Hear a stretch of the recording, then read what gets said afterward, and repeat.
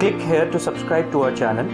Do not forget to press the bell icon to get regular updates of our free videos. Okay my students, पीछे भी हम आपके साथ कई मुद्दों पर चर्चा कर चुके हैं। कैसे प्रिपेयर करें हिस्ट्री को, एंशिएंट को, मेडिवल को, मॉडर्न को।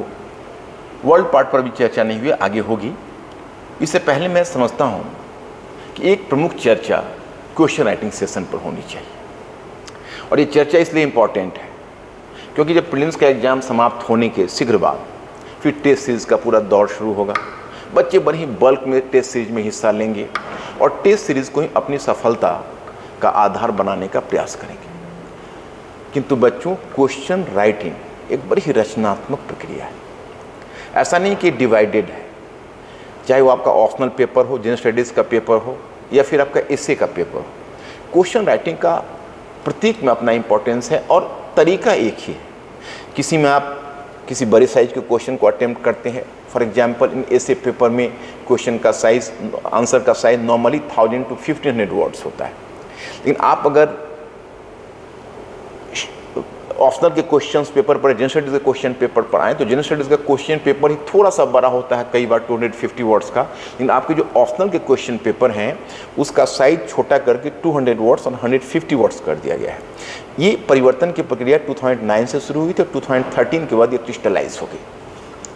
अब बच्चों, कोई भी ऑप्शनल पेपर हो, सब में तरह की पैरिटी ला दी गई है। इस नंबर ऑफ क्वेश्चंस को आप देखोगे तो आप फर्स्ट पेपर हिस्ट्री को आप लेंगे तो आप एक क्वेश्चन, मैप का क्वेश्चन को आप अलग कर दें तो मेडिवल में आपको 5 शॉर्ट नोट्स 150 वर्ड्स के लिखने होंगे। इसके अलावा एक मैप और एक शॉर्ट नोट के अलावा 3 लॉन्ग क्वेश्चंस आपको 200 वर्ड्स के होंगे। एंड प्रत्येक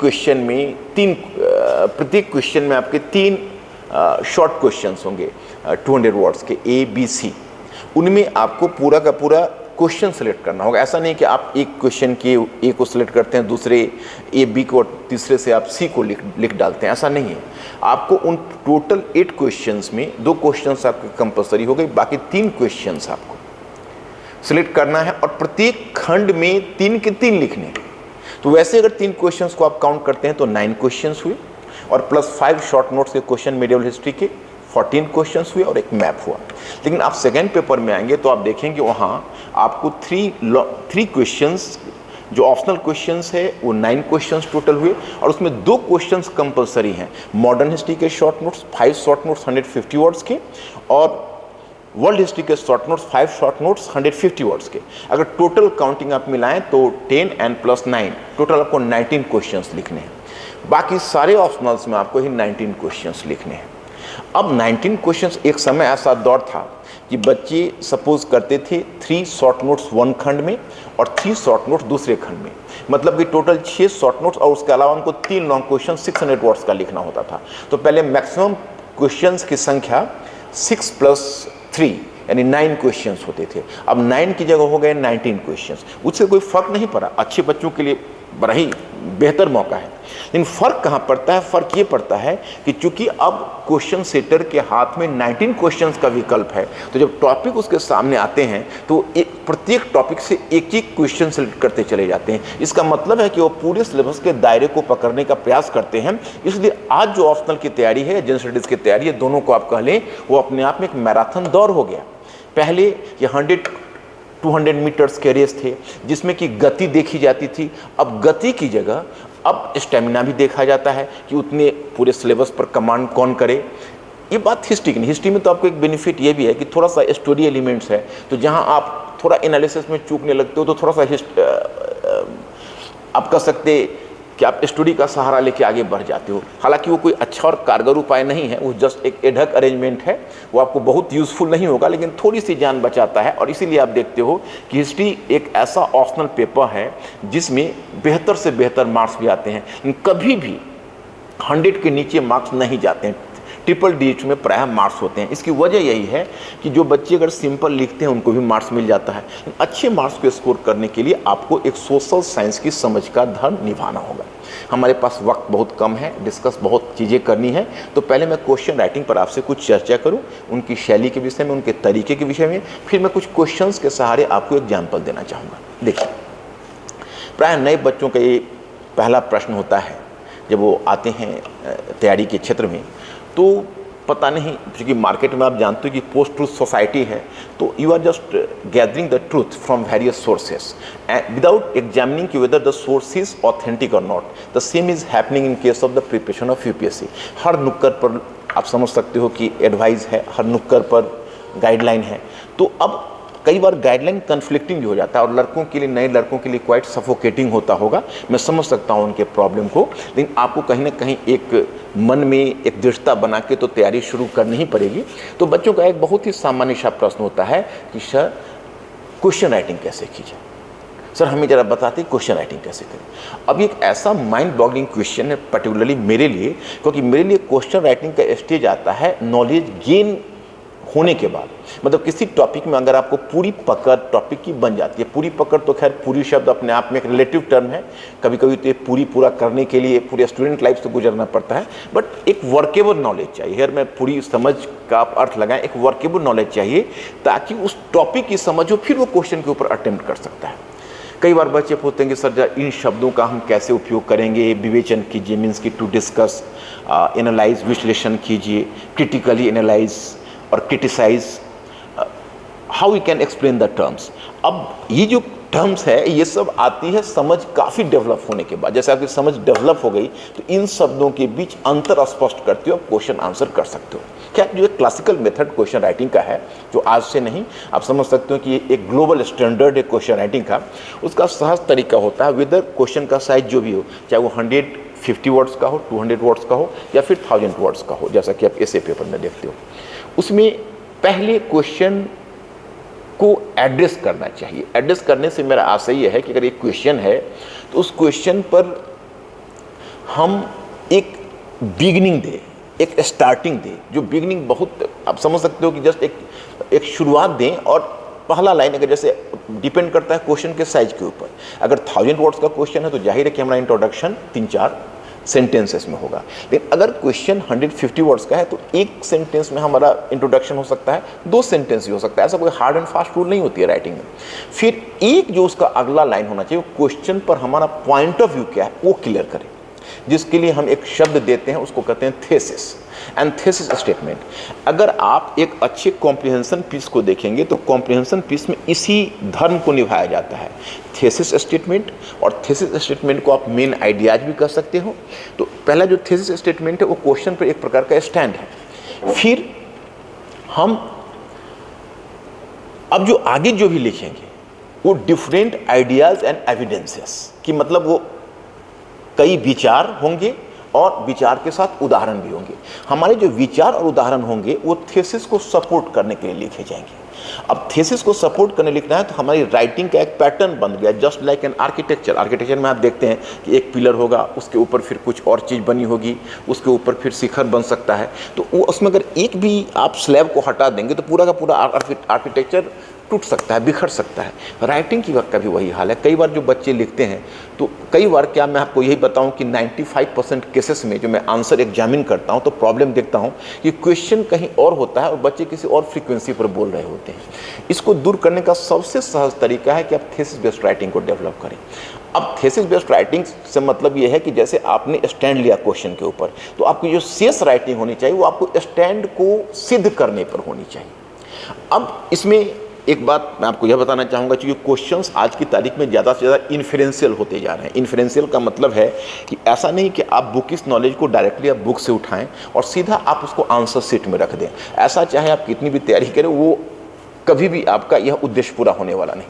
मतलब जो तथ्य, जो बुक्स हैं, उससे आप चीज़ों को खींचते हैं, लेकिन that is going to be fluid in your mind. अब आपके माइंड में वो धीरे धीरे आप कह सकते हो कि परकोलेट करेगा, और जब वो माइंड में परकोलेट करके जाएगा, उससे जो आपका आइडियाज़ निकल कर आएगा, जिसमें जितना बुक्स का होगा उसमें खुद उसमें आपकी समझ मिली हुई होगी, और तब उत्तर में उतरता है। जैसे मैं उदाहरण बताता हूँ कि आप मेडिवल हिस्ट्री शायद अगर आप जानते होंगे तो आपने बाबर का नाम सुना होगा। खैर बाबर के पॉलिटिकल हिस्ट्री से शायद आपको क्वेश्चन नहीं मिलेगा। बाबर का एक इंपॉर्टेंट कृति है जिसका नाम है तुजुक बाबरी। अब तुजुक बाबरी नामक जो कृति है उसमें बाबर ने हिंदुस्तान का अवलोकन किया है और 16वीं सेंचुरी के फर्स्ट हाफ में आप कह सकते हो कि इनिशियल डिकेड्स में, क्योंकि बाबर 1526 में आया है, बाबर ने जो ऑब्जर्व किया है इंडिया का, हालांकि उसने लिखना तो सेंट्रल एशिया के मुद्दे से शुरू किया है, परंतु इंडिया के स्टडी के लिए बाबरनामा या तुजुक बाबरी का उपयोग किया जाता है, जो तुर्की में लिखा हुआ है। खैर, उसमें बाबर ने यहाँ के मौसम के बारे में बताया है, जीव जंतुओं के बारे में बताया है, विभिन्न पेशों के बारे में बताया है, लोगों के स्वभाव के बारे में बताया है, आर्ट एंड आर्किटेक्चर के बारे में बताया है। वो आपका तथ्यात्मक, इसी तरह का तथ्यपरक जो विवरण है, या इवन एनालिसिस भी कर सकते हो, विश्लेषण भी, वो आपका बुक्स में मिल जाएगा, जिसमें कि आपको सांगोपांग विवेचन मिलेगा कि बाबरनामा क्या कहता है, बाबरनामा की का बैकग्राउंड क्या है, बाबरनामा का इम्पैक्ट क्या है, बाबरनामा का सिग्निफिकेंस क्या है। लेकिन जो क्वेश्चन के फॉर्म में आपको डालते हैं, आपसे पूछते हैं क्या तुजुक बाबरी के आधार पर बाबर एक सुसंस्कृत व्यक्ति प्रतीत होता है? Does Babur appear to be a cultured man on the basis of Tuzuk Babri? अब यहां आपको स्टैंड लेना है। आपके पास डेटा जो हो सकता है, बाबर के बारे में आप सांगोपांग जान रहे हो, लेकिन इस क्वेश्चन पर आप क्या स्टैंड लोगे, और इस क्वेश्चन में अपने स्टैंड को प्रूव करने के लिए आप क्या करोगे? तो जाहिर है कि तुजुक बाबरी की जब चर्चा होगी तो पहले तय करना होगा कि हमें सुसंस्कृत व्यक्ति सिद्ध करना चाहिए और असंस्कृत व्यक्ति सिद्ध करना चाहिए। इसका कोई हार्ड एंड फास्ट रूल नहीं। अब कोई बच्चा अगर उसको असंस्कृत व्यक्ति भी सिद्ध करे, क्योंकि देखो बच्चों में एक बड़ा भारी भ्रम होता है, I have to share with you. भ्रम सामान्यतः यह होता है राइटिंग के विषय में कि कोई हार्ड एंड फास्ट रूल है राइटिंग का, नहीं। मैं आपको बता दूं कि किसी भी, चूंकि आप ह्यूमैनिटीज़ में हो, अब डिफरेंस ह्यूमैनिटीज़ और साइंस पेपर में क्या होता है? साइंस पेपर में या जो नेचुरल साइंस होता है उसमें एक निश्चित सिचुएशन में निश्चित निष्कर्ष निकलेगा। ह्यूमैनिटीज़ में अगर सेम सिचुएशन आप बना दो तो अभी निश्चित निष्कर्ष नहीं निकलेगा। अब सपोज करो अगर मार्बल है, उस पर आप एक खास अम्ल डालते हो, खास केमिकल्स डालते हो, तो कार्बन डाइऑक्साइड गैस निकलेगा। लेकिन ह्यूमैनिटीज़ में कभी उसमें ऑक्सीजन भी निकल सकता है, कभी हाइड्रोजन भी निकल सकता है। मतलब ऐसा आप नहीं कर सकते, उसका परिणाम वही होगा। अगर आप सेम परिस्थितियाँ, अगर समान परिस्थितियाँ बना दो और सोचो कि फ्रांस की क्रांति जैसी कोई घटना घटित हो जाएगी, ये बड़ा ही इम्प्रोबेबल सिचुएशन है। हम ऐसी उम्मीद नहीं कर सकते ह्यूमैनिटीज़ में, क्योंकि इसमें ह्यूमन एलिमेंट्स आफ्टर ऑल है। तो मैं इसी संदर्भ में आपको बताना चाहूँगा कि इसलिए ह्यूमैनिटीज़ में कोई भी फुल एंड फाइनल कोई भी स्टैंड नहीं हो सकता। आप अगर सपोज करो कि आपका स्टैंड हमारे स्टैंड से डिसएग्री करता है, तो इस बेसिस पर हम उसको रिजेक्ट नहीं कर सकते। कई बार हो सकता है कि आप हमसे डिफर करो, लेकिन आपके आंसर में इतना बढ़िया आर्गूमेंट दिया हुआ हो कि हम आपको अंक दे दें, आपको मार्क्स दे दें। मैं उसका एक एग्जाम्पल आपको बताता हूँ। अब नॉर्मली नेचुरल है, क्योंकि आप सोशल साइंस आप डील कर रहे हो, तो आप मेरे line of pattern of thinking में फॉल डाउन करोगे, ऐसा मुझे मानकर नहीं चलना चाहिए। लेकिन हाँ, एक दायरा है, सिविल सर्विसेज एक दायरा है। अगर आप किसी यूनिवर्सिटी में पढ़ रहे होते तो शायद वो दायरा का पालन तुम नहीं भी कर सकते थे। जैसे जीएनयू में पढ़ रहे होते या फिर जागव यूनिवर्सिटी में पढ़ रहे होते, जहाँ आप समझ सकते हो कि ज़्यादा रेडिकल व्यूज़ को प्रमोट किया जाता है। लेकिन सिविल सर्विसेज में after all you are going to be a bureaucrat, and bureaucrat के बारे में थोड़ा सा तो लोग मॉडरेट होने की उम्मीद जरूर लगा के रखते हैं। तो मुझे लगता है कि बच्चों को भी इस धर्म का पालन करना चाहिए। अब आप अगर एक ब्यूरोक्रेट होने जा रहे हो, थोड़ा मॉडरेट आपका विचार होना चाहिए। तो उसमें आपको 2-4 दायरे से बंधा होगा। एक कि आपका विचार अत्यधिक रेडिकल ना हो, रेडिकल मतलब मूल परिवर्तनवादी। दूसरा, यानी इसको आप अतिवादी भी कर सकते हो। दूसरा कि आपकी जो विचार है वो संवैधानिक मूल्य, भारत की समन्वित संस्कृति की परंपरा, भारत के इंटरनेशनल ऑब्लिगेशन यानी अंतर्राष्ट्रीय जो भारत के दायित्व हैं, और आप कह सकते हो कि बेसिक ह्यूमन डिसेंसी को कंट्रावेन नहीं करना चाहिए। तो ऐसे सिचुएशन में दायरे तो आपके सामने भी कुछ है। तो अब बाबर एक सुसंस्कृत व्यक्ति है, तो मुझे लगता है कि अगर मुझे लिखना पड़े तो मैं इसमें हाँ में ज़्यादा सिद्ध करना कंफर्टेबल फील करूँगा, क्योंकि अगर हमें ना सिद्ध करना होगा तो हमारे लिए काम भी कठिन हो जाएगा, थोड़ा बहुत लिख से हट कर वो उत्तर हो जाएगा। तो खैर चलिए, अब उसमें आपको स्टैंड लेना है हाँ अथवा ना। तो आपने स्टैंड लिया कि हाँ, मतलब आपने अगर शुरू किया तो तुजुक बाबरी 16वीं सदी की एक महत्वपूर्ण कृति है, ये भारत के विषय में जानने का महत्वपूर्ण स्रोत है सबसे बढ़कर। अब आपको बाबर के बारे में लिखना है as a source of study के रूप में इंपॉर्टेंस नहीं है। तो देखो आपकी राइटिंग कैसे हल्की सी घूम गई कि यह न केवल भारत के जानने का स्रोत है, भारत को जानने का एक महत्वपूर्ण स्रोत है, बल्कि यह स्वयं बाबर के दृष्टिकोण और उसके व्यक्तित्व के मूल्यांकन का भी एक महत्वपूर्ण आधार हो सकता है। तब आपका पूरी राइटिंग अब बाबर की तरफ घूम गया कि वो सुसंस्कृत है या नहीं। तो अब आप उसको प्रूव कर सकते हैं। भाई कोई भी एक शासक आया है, वो युद्ध लड़ रहा है, वो रात दिन युद्ध में व्यस्त है, वो काबुल से आया है, उसने अपना सब कुछ स्टेक इंडिया में रखा हुआ है, लेकिन यहाँ के मौसम के बारे में बात करता है, लोगों के स्वभाव के बारे में बात करता है। लगता है कि भाई भूगोल का कितना बड़ा पारखी है। सबसे बड़ी बात है कि ह्यूमन नेचर के बारे में बात करता है, राइट। उसके बाद आप अगर ह्यूमन नेचर को भी छोड़े तो उसके अलावा बाबर आर्ट एंड आर्किटेक्चर के विषय में बात करता है। स्वयं तुजुके बाबरी जो कृति है वह एक कह सकते हो कि एक फॉक लैंग्वेज को, मतलब वो जो आप समझ सकते हो कि वो तुर्की लैंग्वेज का इस्तेमाल किया, और तुर्की लैंग्वेज को साहित्यिक दर्जा बाबर ने ही दिलवाया तुजुके बाबरी लिखकर। तो यह भी अपने आप में बहुत बड़ा कॉन्ट्रीब्यूशन है। इंडिया के आर्किटेक्चर उसको पसंद नहीं है, केवल ग्वालियर के आर्किटेक्चर की चर्चा करता है। कई बार तो इतना ऑनेस्टली अपने पिता के बारे में लिख जाता है, अपने संबंधियों के बारे में लिख जाता है, एक आध अपनी कमजोरियों की भी चर्चा कर दी है। तो ये सारी चीज़ें एक व्यक्ति को सुसंस्कृत सिद्ध करने के लिए मध्यकाल में काफ़ी है। आप तो उसको मध्यकाल के मानदंड पर ले जा रहे हो, आप आधुनिक काल के मानदंड पर कहोगे तो सुसंस्कृत नहीं सिद्ध होगा, तो कई मामलों में बारबरस सिद्ध होगा। लेकिन यहाँ आप उसको सिद्ध कर सकते हो। लेकिन जब आप लिख रहे हो सुसंस्कृत व्यक्ति था, तो ऐसा नहीं कि अनक्रिटिकल प्रेज करते चले जाओ, थोड़ी सी कमजोरी की तरफ भी आपको संकेत करना चाहिए। कमजोरी की कई जगहों चीज़ों को बढ़ा चढ़ा कर देता है। जैसे इब्राहिम लोदी की आर्मी की संख्या को बहुत ज़्यादा बताता है, अपनी सोल्जर्स की संख्या को पानीपत के फर्स्ट बैटल में कम बताता है। एक दो बार हिंदुस्तान के प्रति और हिंदुस्तानियों के प्रति पूर्वाग्रह भी दिखाया है।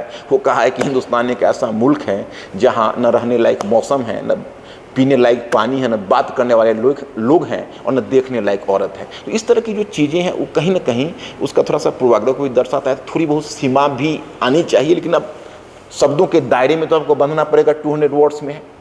तो मैंने बच्चों को दिया कि वे सुसंस्कृत व्यक्ति है। अब मैंने अलग अलग नोट लिया, मैंने कई बच्चे इस क्वेश्चन को डील किया। एक बच्चा ने जो उत्तर लिख कर लाया मुझे बहुत ही प्रभावित किया। She is from English medium and she has given here her original touch. उसका ओरिजिनल टच क्या है कि उसने स्टैंड लिया कि अगर हम तुजुके बाबरी के आधार पर बाबर के व्यक्तित्व का मूल्यांकन करते हैं तो पाते हैं कि वह न तो तैमूर की तरह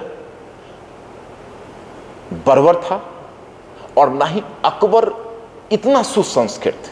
मतलब उसने यह कोशिश सिद्ध करने की कोशिश की कि बाबर का जब मूल्यांकन करेंगे आप एक व्यक्ति के रूप में, एक कह सकते हो कि एक सेंसिटिव व्यक्ति के रूप में, संवेदनशील व्यक्ति के रूप में, तो आपको तैमूर और अकबर के बीच रखना होगा। वो उतना संस्कृत नहीं जितना अकबर है। मैंने काफ़ी प्रेज किया उसके आंसर को, काफ़ी मार्क्स दिए।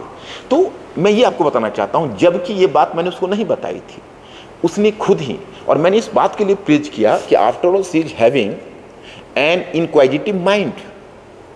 उसमें एक खोजी दृष्टि है, वो चीज़ों को क्रिटिकली सोचता है, और आज की यूपीएससी में क्या चाहिए तो चीज़ों को क्रिटिकली सोचना।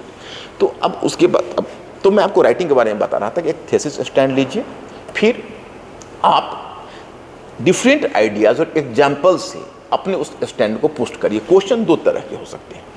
एक तरह का क्वेश्चन है जिसको आप हाइपोथेटिकल कहें। हाइपोथेटिकल का मतलब कि स्टेटमेंट है जो आपको सिद्ध ही करना है, मतलब उसमें आपको स्टैंड जैसी कोई परेशानी नहीं आती है।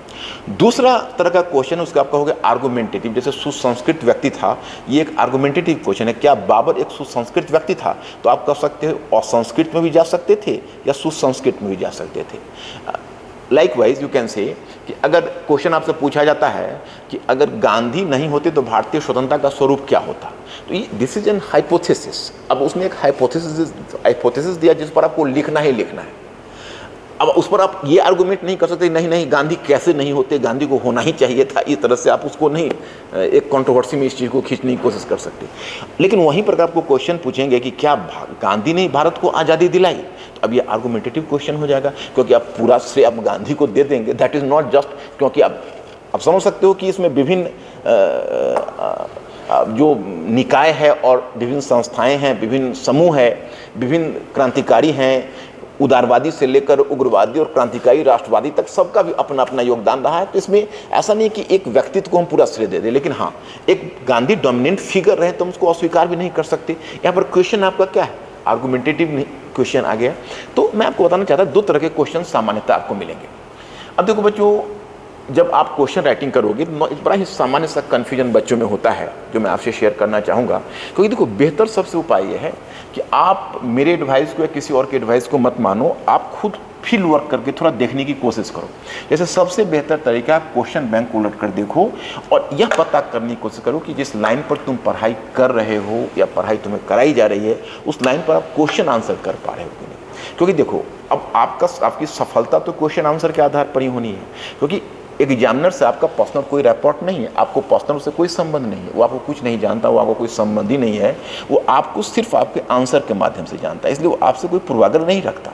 आपके आंसर जैसे भी जाएंगे वो उस पर अंक देगा और फिर उसी के आधार पर आपका चयन होना है। तो इसलिए आंसर है वो बड़ा ही डिसिसिव फैक्टर हो जाता है आंसर राइटिंग।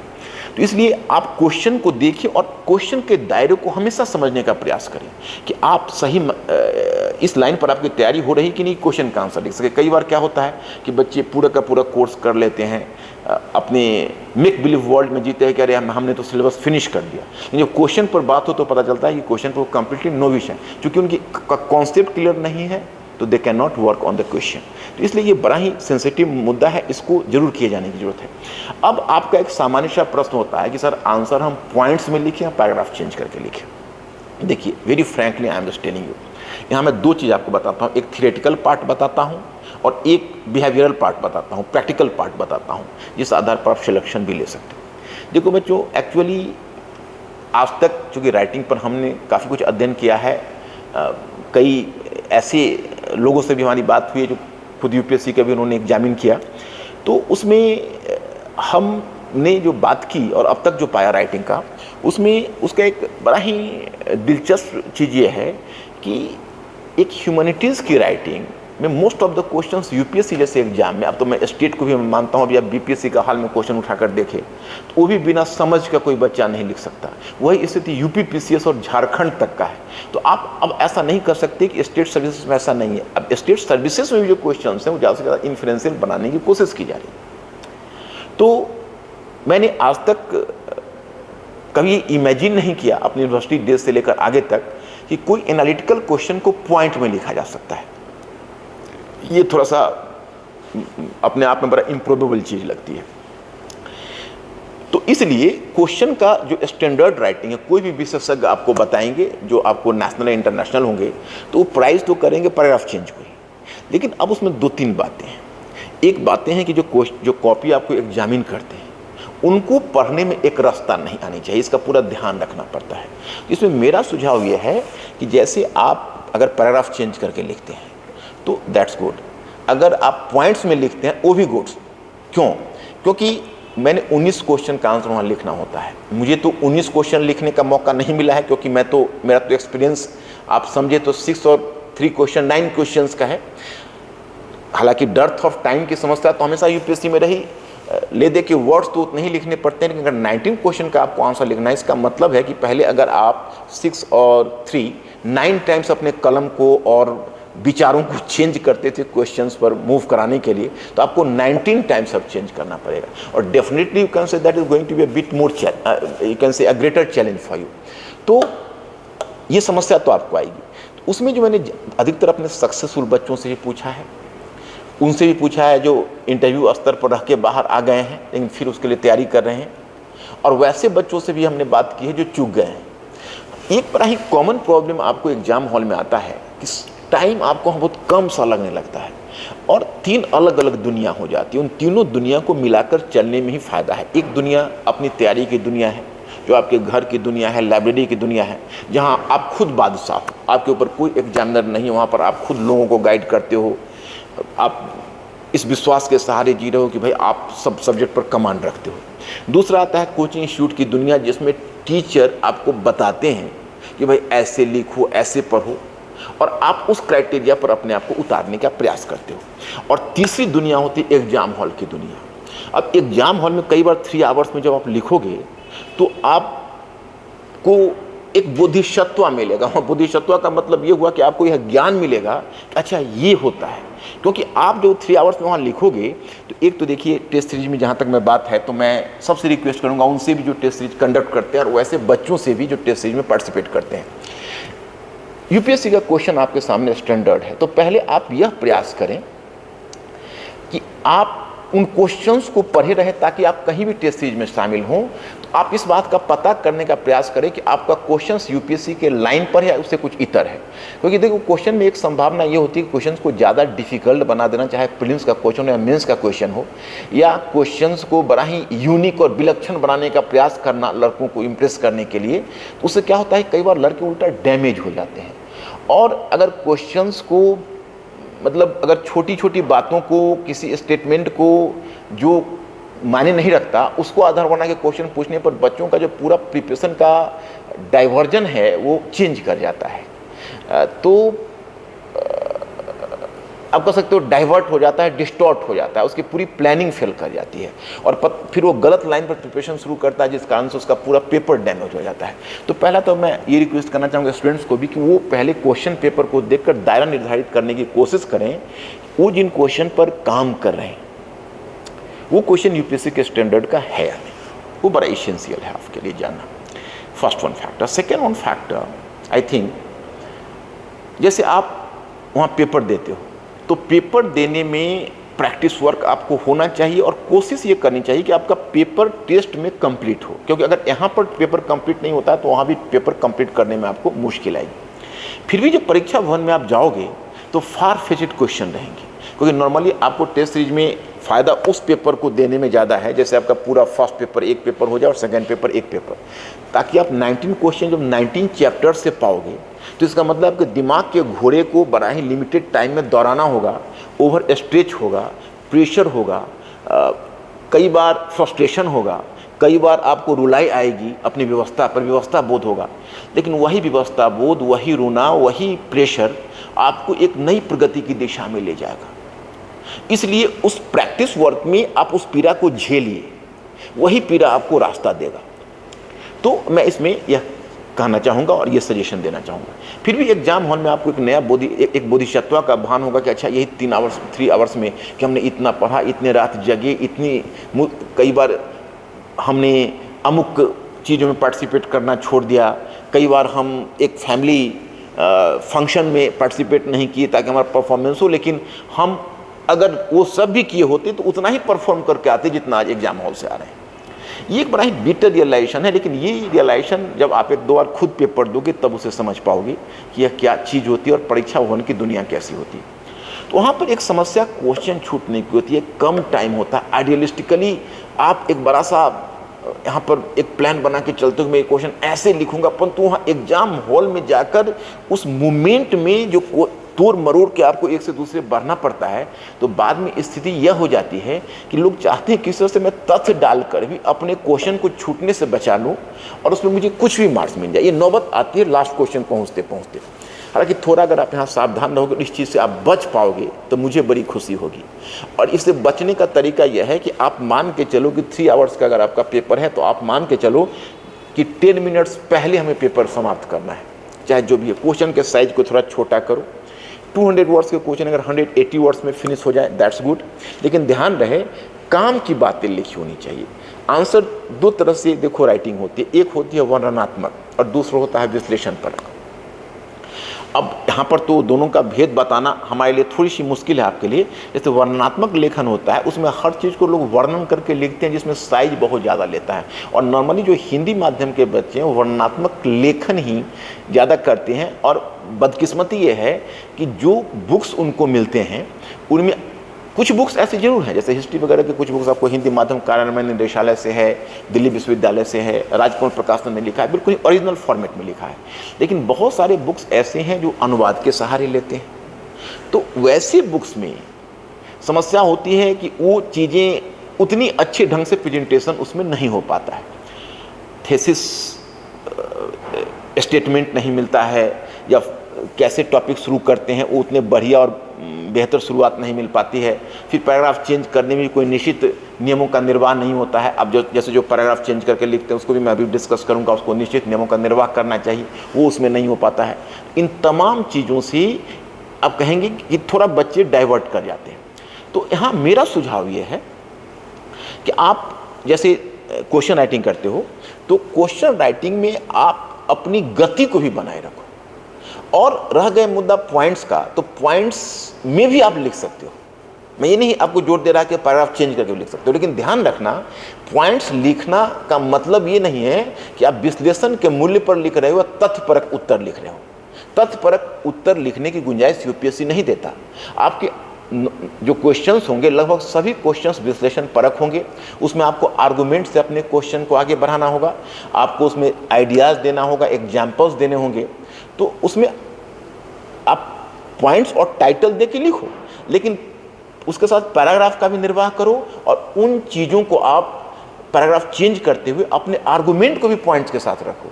मतलब आप ऐसा नहीं है कि आप पॉइंट्स लिखकर अपने आर्गुमेंट्स को आप छोड़ देते हो, या उसको कट कर देते हो, या उसको हटा देने का प्रयास करते हो, फिर आपको अंक नहीं मिलेंगे, मार्क्स नहीं मिलेंगे। नंबर 1। अब रह गई, अगर आप पैराग्राफ चेंज करके लिखते हो तो आपने पहले पैराग्राफ में जैसे थीसिस स्टेटमेंट दिया, फिर आपने उसको प्रूव करने के लिए अब वर्ड्स का क्वेश्चन है, तो आप अगर निष्कर्ष को अलग कर लो तो 2 पैराग्राफ, और इंट्रोडक्शन को और निष्कर्ष को अलग कर लो तो बीच में आप 2 पैराग्राफ दे सकते हो। मतलब टोटल आप कर सकते हो 3 पैराग्राफ, और उसके अंदर नीचे आप निष्कर्ष दे सकते हो। हार्ड एंड फास्ट रूल नहीं है। अब अगर आप 2 पैराग्राफ में लिख दो तो भी चलेगा, कोई ऐसा नहीं है। अगर आप 4 पैराग्राफ बना लेते हो तो ऐसा नहीं कोई आपने बहुत गलत किया, लेकिन 200 वर्ड्स के क्वेश्चन में आप कितने पैराग्राफ में डिवाइड करोगे। दूसरी बात है कि पैराग्राफ में जैसे आप 2 पैराग्राफ लिखा, तो 2 पैराग्राफ में 2 इंपॉर्टेंट आइडिया होने चाहिए जो थीसिस को सपोर्ट कर रहे हैं। फिर आप एक पैराग्राफ से दूसरे पैराग्राफ पर आते हो तो स्टैंडर्ड राइटिंग होती है। स्टैंडर्ड राइटिंग की निशानी होती है कि उसमें एक प्रकार का ट्रांजिशन हो, संक्रमण हो। अब मैं एग्जाम्पल से, चूँकि टाइम बहुत कम हमारे पास है और बातें बहुत अधिक करनी है, मैं कुछ एक एग्जाम्पल अपने साइट पर रखूँगा थीसिस बेस्ड राइटिंग का, उस सहारे आप देख लेना उसको। मैं उसको मेंशन करके बता दूंगा किस प्रकार से थीसिस बेस्ड यहाँ है। तो आप जब पैराग्राफ चेंज करते हो तो उसमें आप देखोगे ट्रांजिशन का फेज आएगा। तो अब एक पैराग्राफ का जो अंतिम लाइन है और दूसरे पैराग्राफ का पहला लाइन है, उसके बीच एक संक्रमण आ जाए तो बेहतर है। वो राइटिंग बड़ी स्टैंडर्ड मानी जाती है। और लास्ट में आपका निष्कर्ष है। थीसिस लाइन को आप 2-4 शब्द को आप कलम से हाईलाइट कर दो, उसी पेन से, जो आप ऐसा नहीं कि हाईलाइटर आप यूज करो, उसी पेन से। फिर पैराग्राफ चेंज करो, जहाँ मेन आइडिया वहाँ 2-4 शब्द को आप अंडरलाइन कर लो। फिर तीसरा में जो आपको मेन आइडिया देते हो उसको थोड़ा सा हाईलाइट कर दो, तो एज गुड एज पॉइंट्स हो जाएगा, क्योंकि वो आई कैचिंग होगा। अदरवाइज हो सकता है एग्जामिनर को इतने सारे आंसर्स देखने पड़े तो उसको भी एक मोनोटोनी हो जाए। दूसरा है कि आप पॉइंट्स में लिख सकते हो। अब मैं एक दिलचस्प बात आपको बताऊं, कई बार बच्चे बाहर से आ जाते हैं कि सर पॉइंट्स में लिखने के लिए भी अमुक टॉपर को मैंने पढ़ा है, पॉइंट्स में लिखना है। हमने कहा कि अच्छा ठीक है बच्चों, आज तुम लोग पॉइंट्स में आंसर लिखो। अब पॉइंट्स में आंसर लिखो मैंने कहा, और जब मैंने पूरे क्लास में बच्चों को दिया तो 5 आंसर्स थे जो पॉइंट में लिखे गए थे, बाकी सारे आंसर्स पैराग्राफ चेंज करके लिखे गए थे। अब मुझे आश्चर्य हुआ, मैंने कहा कि भाई देखो, हमने तो आपको पूरा फ्रीडम दिया था, पॉइंट्स में पॉइंट्स नहीं आए। तो बाद में पता चला कि बच्चों इसलिए पॉइंट्स नहीं लिख पाए कि पॉइंट्स तो उनको एक ही आ रहा था या मैक्सिमम 2 आ रहा था, और लिखना 200 वर्ड्स में था। तो उनको 2 ही पॉइंट्स में पूरे 200 वर्ड्स लपेटना था। तो अब वो 2 पॉइंट्स लिखकर या 1 पॉइंट लिखकर वो अपनी अनभिज्ञता नहीं शो करना चाहते थे, वो नहीं ये दिखाना चाहते थे कि भाई हमारे पास ये कम है, तो उसी 2 पॉइंट्स को लपेटते रह गए। तो अधिकांश स्थिति में बच्चों होता है, लोग कहते हैं कि हमने पैराग्राफ चेंज करके लिखा है इसलिए हमको अंक नहीं आया। नहीं, ऐसी बात नहीं है। आपने आपके कंटेंट नहीं थे आपकी राइटिंग में, आप एक ही बात को घुमाते रहे हो। 200 वर्ड्स आपने पूरा कर लिया है, लेकिन आप में न प्रॉपर स्टैंड है क्वेश्चन में, न प्रॉपर कंटेंट है। और 90% केसेस में तो मैं देखता हूं, जो मुझे बहुत दुख होता है कि 90% केसेस में, खासकर हिंदी माध्यम में, समस्या है एक्सप्रेशन की। अधिकतर बच्चों को बर्तनी संबंधी मिस्टेक हो जाती है। फिर भाषा, कई बार भाव होता है, वो कहना चाहते हैं परंतु भाषा लच्चर हो जाती है, भाषा लड़खड़ा कर गिर जाती है, भाव नहीं हम तक पहुंच पाता है, भाव एग्जामिनर तक भी आगे नहीं पहुंच पाएगा। ये बड़ा ही सीरियस प्रॉब्लम है, और इन बच्चों को खुद ही इस प्रॉब्लम को एड्रेस करना पड़ेगा, उनको कॉन्शियस एटलीस्ट होना पड़ेगा जो यूपीएससी की प्रिपरेशन करते हैं। इसलिए बच्चों, पॉइंट्स में आप लिख रहे हो या पैराग्राफ चेंज करके लिख रहे हो, that is not going to be a game changer. Game changer ये है, तुम पॉइंट्स लिखो, बेहतर आप पॉइंट बना लो, आप उनका टाइटल भी दे लो, मोस्ट वेलकम। कम से कम एग्जामिनर के सामने ये तो पहुंचता है कि जो 3-4, हाँ कुछ क्वेश्चंस ऐसे होंगे जिसमें वास्तव में पॉइंट देने की गुंजाइश नहीं होती है, क्योंकि क्वेश्चन इतना आर्गुमेंटेटिव होता है, उस क्वेश्चंस को उसी सहारे आगे बढ़ाना पड़ता है। अभी हम कुछ क्वेश्चन डिस्कस करेंगे तो आपको खुद पता चल जाएगा। तो वहाँ पर ऐसा कोई हार्ड एंड फास्ट रूल मत रखिए कि हमको पॉइंट्स में लिखना, पैराग्राफ चेंज करके लिखना है। जिस तरह की जब परिस्थितियाँ आएगी तो आप मैन ऑन द स्पॉट हैं, आप वहाँ पर डिसाइड करेंगे कि आप इस क्वेश्चन को कैसे टैकल करेंगे। केवल कंपल्सरीली आपके पास आइडियाज चाहिए, आपकी अंडरस्टैंडिंग चाहिए, और आप चाहे जनरल स्टडीज़ के पेपर में हो या ऑप्शनल पेपर में हो, थोड़ा सा हिस्टोग्राफी का अगर आपको ज्ञान हो तो वह भी बेहतर है। क्योंकि अब यही क्वेश्चन है कि अगर गांधी नहीं होते तो भारत की स्वतंत्रता का स्वरूप क्या होता, तो उसमें आपके पास आइडिया चाहिए होगा। तो सवाल यह है कि इसमें दो तरह के लोग हैं। एक तरह के लोग हैं जो डूमसेयर हैं, वो मानते हैं भाई गांधी नहीं होते तो पता नहीं, वो इतना तक भी बोल जाते हैं कि भारत को आज़ादी ही नहीं मिलती। खैर चलिए, ये बहुत ज़्यादा हो गया। कोई इतना तक बोल जाते हैं गांधी नहीं होते तो पता नहीं इंडिया डिवास्टेट कर जाता, क्या स्वरूप होता, वो भी बहुत ज़्यादा हो गया। कुछ गांधी के जो क्रिटिक हैं वो कहते हैं कि अगर गांधी नहीं होते तो यहाँ पर भी समाजवादी और वामपंथी आंदोलन को प्रगति मिलती, चूँकि गांधी एक बुर्जुआ नेता रहे और बुर्जुआ नेता होने के नाते उन्होंने इस तरह के आंदोलन को पनपने नहीं दिया।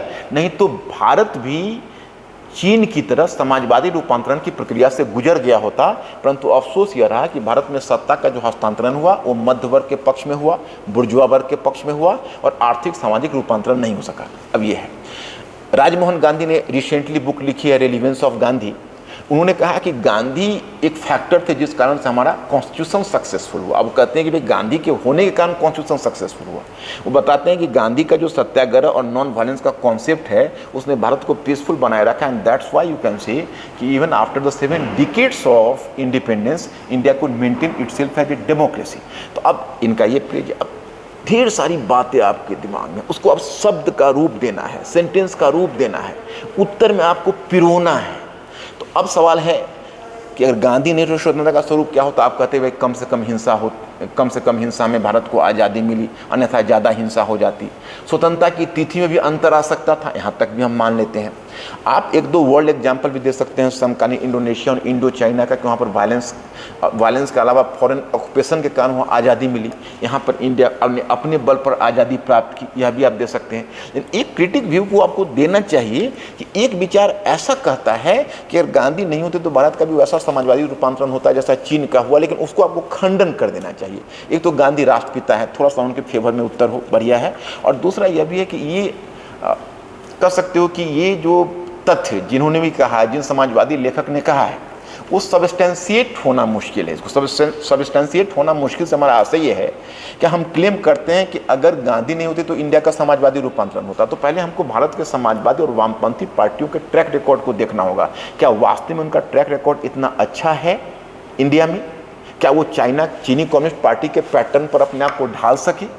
क्या वो इंडियन नेशनल मूवमेंट में अपनी उपस्थिति को स्ट्रांगली दर्ज करा सके? तो इन मुद्दे पर हम पाते हैं कि ऐसा नहीं है। तो इसलिए आप इसका रेफरेंस देके खंडन कर सकते हैं, और आप राजमोहन गांधी वाले पॉइंट्स को भी दे सकते हैं इंडियन कॉन्स्टिट्यूशन को, क्योंकि तो आफ्टर ऑल गांधी के फेवर में जाता है। और एक विचार है, क्योंकि विचार तो ऐसे ही बूंद बूंद से तालाब भरता है। इसलिए मैंने अपने साइट पर अब बुक रिव्यू भी कुछ देना शुरू कर दिया कि पता नहीं आपको इंटरप्रिटेशन के दरमियान कहीं एक पॉइंट ऑफ व्यू मिले तो कई बार वही एक पॉइंट ऑफ व्यू बचा लेता है। कई बार आप परीक्षा भवन में होंगे और क्वेश्चन का आंसर लिख रहे होंगे तो उस समय स्थिति होती है कि बच्चे अपने दिमाग के सारे एंटीना खोल देते हैं कि कहीं से कोई वेव मिल जाए और मैं आंसर में उस वेव का उपयोग कर सकूं।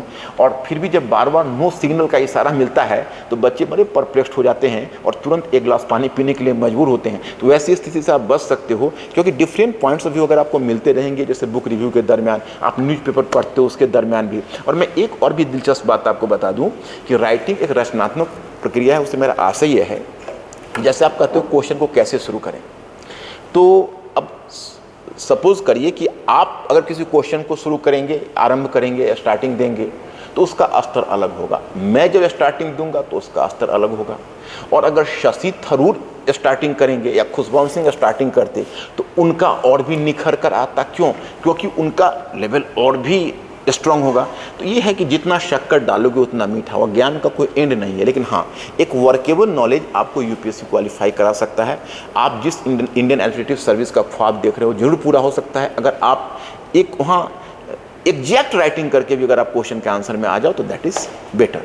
अब बच्चों, हम 2017 के कुछ क्वेश्चंस के लाइट में आपसे डिस्कस करना चाहेंगे। हालांकि अगर वो टॉपिक आपका पढ़ा हुआ होगा तब उसके साथ आप जस्टिस कर पाओगे, लेकिन हम चाहते हैं कि कुछ एग्जाम्पल से हम आपको दर्शा सकें या दिखा सकें तो दैट विल बी बेटर। हम एक एग्जाम्पल से दिखा सकें तो वो फर्स्ट पेपर के क्वेश्चन है। हमने एग्जाम्पल के तौर पर, केवल एविडेंस के तौर पर 4 क्वेश्चन को लिए, 4 क्वेश्चन। देखिए, पहला क्वेश्चन सेकेंड अर्बनाइजेशन पर है, द्वितीय नगरीकरण। द्वितीय नगरीकरण ने संगठित निगम क्रियाकलापों को उत्पन्न किया जो गुप्त काल के दौरान अपनी पराकाष्ठा पर पहुंच गए, विवेचना कीजिए। अब देखिए, जब एग्जाम हॉल में बच्चे जाते हैं तो सिर्फ और सिर्फ उन्हें कॉन्सेप्ट काम आता है। अब कहोगे तथ्य, तो देखो एक बात आप मानकर चलिए कि तथ्य कॉन्सेप्ट से अलग नहीं है। तथ्य का इंपॉर्टेंस हिस्ट्री नॉर्मली इस तरह की धारणा चाहे किसी भी सब्जेक्ट में, तथ्य हमारे पॉइंट ऑफ व्यू को सिद्ध करने के लिए आते हैं। जिसको आप तथ्य कहते हो उनका स्वतंत्र कोई स्थिति नहीं होती है। लेकिन कोई क्वेश्चन को डील करने से पहले बच्चों के सामने खुला दिमाग में खुली तस्वीर, खुली इमेज होनी चाहिए टॉपिक का, चलचित्र की तरह। अब देखो यहाँ पर 3 टॉपिक को समेट रहा है। ये बोल रहा है द्वितीय नगरीकरण ने संगठित निगम क्रियाकलापों को उत्पन्न किया। तो पहले आपको यह ध्यान करना होगा कि सेकेंड अर्बनाइजेशन यानी द्वितीय नगरीकरण का आप आरंभ कब से मानते हो। तो जाहिर है कि द्वितीय नगरीकरण का आरंभ आप 6th सेंचुरी BC अर्थात महाजनपद काल और बुद्ध काल से मानते हो। अब उसके बाद आप क्रॉस करते हो मौर्य काल, फिर आप क्रॉस करते हो पोस्ट मौर्य पीरियड, मीन्स कि 600 BCE से 400 BC आपका बुद्धा काल या महाजनपद काल आता है। फिर 400 BC to 200 BC Maurya period आता है। फिर 200 BC to 300 CE मौर्योत्तर काल आता है। और 300 CE से 600 CE ये गुप्त काल आता है। अब यहाँ आपको 4 कालों में निगम क्रियाकलापों को, साइज क्या है क्वेश्चन का 200 वर्ड्स, जो गुप्त काल के दौरान अपनी पराकाष्ठा पर पहुंच गए, विवेचना कीजिए। इस तरह का क्वेश्चन मिले तो पहला काम बच्चों, चाहे आपको समय की जितनी भी किल्लत हो वो अलग चीज़ है, इन क्वेश्चन में कभी भी आप उत्तर के लिए कलम नहीं उठाइए जब तक आप क्वेश्चंस को एनालाइज न करिए कि क्वेश्चन का डिमांड क्या है। नहीं तो आप उत्तर गलत दिशा में लिख डालेंगे, फिर आपको अंक नहीं मिलेंगे। अब इसके लिए सबसे बेहतर उपाय है क्वेश्चन को कम से कम 2 बार पढ़िए, 3 बार पढ़िए तो ज़्यादा अच्छा। एक बार क्वेश्चन को फास्टली पढ़िए, दूसरी बार स्लो पढ़िए और तीसरी बार स्लो पढ़ते हुए उसमें कीवर्ड्स को सिलेक्ट करिए। तो कीवर्ड्स यहाँ पर द्वितीय नगरीकरण ने संगठित निगम क्रियाकलापों को उत्पन्न किया जो गुप्त काल, तो द्वितीय नगरीकरण से गुप्त काल, ये पहला आपका कीवर्ड है। मतलब आप जो भी लिख रहे हो आपको द्वितीय नगरीकरण से गुप्त काल तक जाना है। अब संगठित निगम क्रियाकलाप, इसका मतलब है जो कॉरपोरेशंस का मतलब है जो शिल्पियों का संगठन है। हालांकि आपको निगम शब्द का प्रयोग हुआ है व्यापारियों के संगठन के लिए, परंतु यहाँ पर निगम शब्द का व्यापक अर्थ है और वो है कॉरपोरेशन ऑफ द आर्टिजन्स, जिसको आप श्रेणी बोलते हो, और कॉरपोरेशन ऑफ मर्चेंट्स, जिसको आप सार्थ बोलते हो, दोनों इसके अंतर्गत आ जाएंगे। और को उत्पन्न किया जो गुप्त काल के दौरान अपने पराकाष्ठा पर पहुंचा। तो पहला टर्म आपका है बुद्ध काल से गुप्त काल, और फिर इसका संगठित निगम क्रियाकलाप मतलब कॉर्पोरेट एक्टिविटीज, और तीसरा शब्द आपका है विवेचना कीजिए। अब विवेचना कीजिए का अंग्रेजी में होता है टू डिस्कस। गौर करने वाली बात यह है कि थोड़ा सा इसमें अगर आप अगर हिस्टोग्राफी का छौंका हल्का सा लगा दें तो डेफिनेटली इसका टेस्ट बढ़ जाएगा। कैसे? तो मैं उदाहरण बताता हूँ कि आप अगर हिस्टोग्राफी देखेंगे, एंशिएंट हिस्टोग्राफी, तो नॉर्मली अर्बनाइजेशन के विषय में जो आर एस शर्मा उसके स्कूल जिसको आप मार्क्सिस्ट हिस्टोग्राफी कहते हैं, उसकी धारणा रही है कि 2nd सेंचुरी BC से सेकेंड अर्बनाइजेशन का एक्सपेंशन हुआ, 6th सेंचुरी BC यानी 6ठी सदी ईसा पूर्व से सेकेंड अर्बनाइजेशन आया, मतलब द्वितीय नगरीकरण की स्थिति आई। और फिर वहाँ से आप आगे बढ़ते जाओगे तो वो फिर मौर्य काल में उसको और भी प्रोत्साहन मिला, चूँकि अब इकोनॉमी में स्टेट की भूमिका हुई। उसके आगे वो बताते हैं मौर्योत्तर काल में उसमें रोमन ट्रेड की तरफ उनका इशारा है।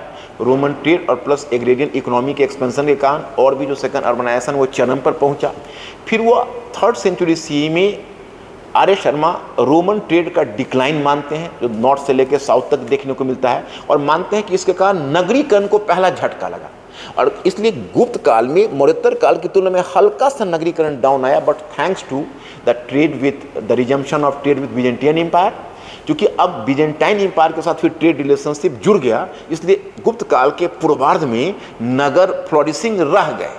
उतने तो नहीं जितना मौर्योत्तर काल है, लेकिन फिर भी वो मेंटेन रह गए। लेकिन गुप्त काल के अंत में फिर वो मानते हैं कि जब पूर्वी रोमन साम्राज्य अथवा बिजेंटाइन साम्राज्य के साथ इंडियन ट्रेड को धक्का लगा तो फिर नगरों का पतन हुआ, और वो नगरों के पतन की प्रक्रिया लगभग 1000 ईस्वी तक मानते हैं, और उसके बाद फिर उसका रिवाइवल के रूप में और 3rd अर्बनाइजेशन के रूप में देखते हैं। अब यहाँ पर शब्द विवेचन कीजिए तो थोड़ा सा हमें मेंटली कॉन्शियस बना दिया कि इसका मतलब है कि कहीं ना कहीं ऑथर के दिमाग में यह भी है कि ग्रुप ऑफ हिस्टोरियंस तो गुप्त काल में जो trade and commerce, money economy और अर्बनाइजेशन को धक्का लगने की बात करता है, तो वहाँ भी ये बता रहा है गुप्त काल का दौर अपनी पराकाष्ठा पर पहुँच गए, तो हल्का सा टच वहाँ पर हिस्टोग्राफी का भी हो गया। लेकिन मेरा यहाँ पर सिंपल सा कहना ये है कि आप शुरू कर सकते हो कि वैदिक कालीन कृषि अर्थव्यवस्था ने जो अधिशेष उत्पन्न किए उसने महाजनपद काल तक आकर, या वैदिक काल से महाजनपद काल तक आते हुए बढ़ते हुए कृषि अधिशेष ने शिल्प एवं उद्योगों, मुद्रा अर्थव्यवस्था एवं नगरीकरण के विकास का मार्ग प्रशस्त किया। नगरीकरण की प्रक्रिया ने व्यापार वाणिज्य को प्रोत्साहन दिया और इसी क्रम में संगठित श्रेणियों और निगमों का विकास हुआ। अब संगठित श्रेणियों और निगमों,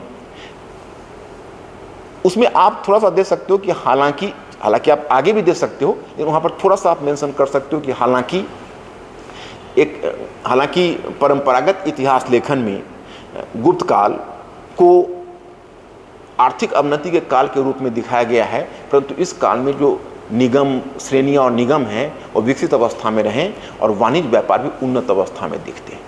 तो आप ऐसा करके आप आगे बढ़ सकते हो। अब वहाँ पर थोड़ा बुद्ध काल में थोड़ा सा एग्जाम्पल चाहिए, बहुत ज़्यादा फैक्ट्स की जरूरत नहीं है।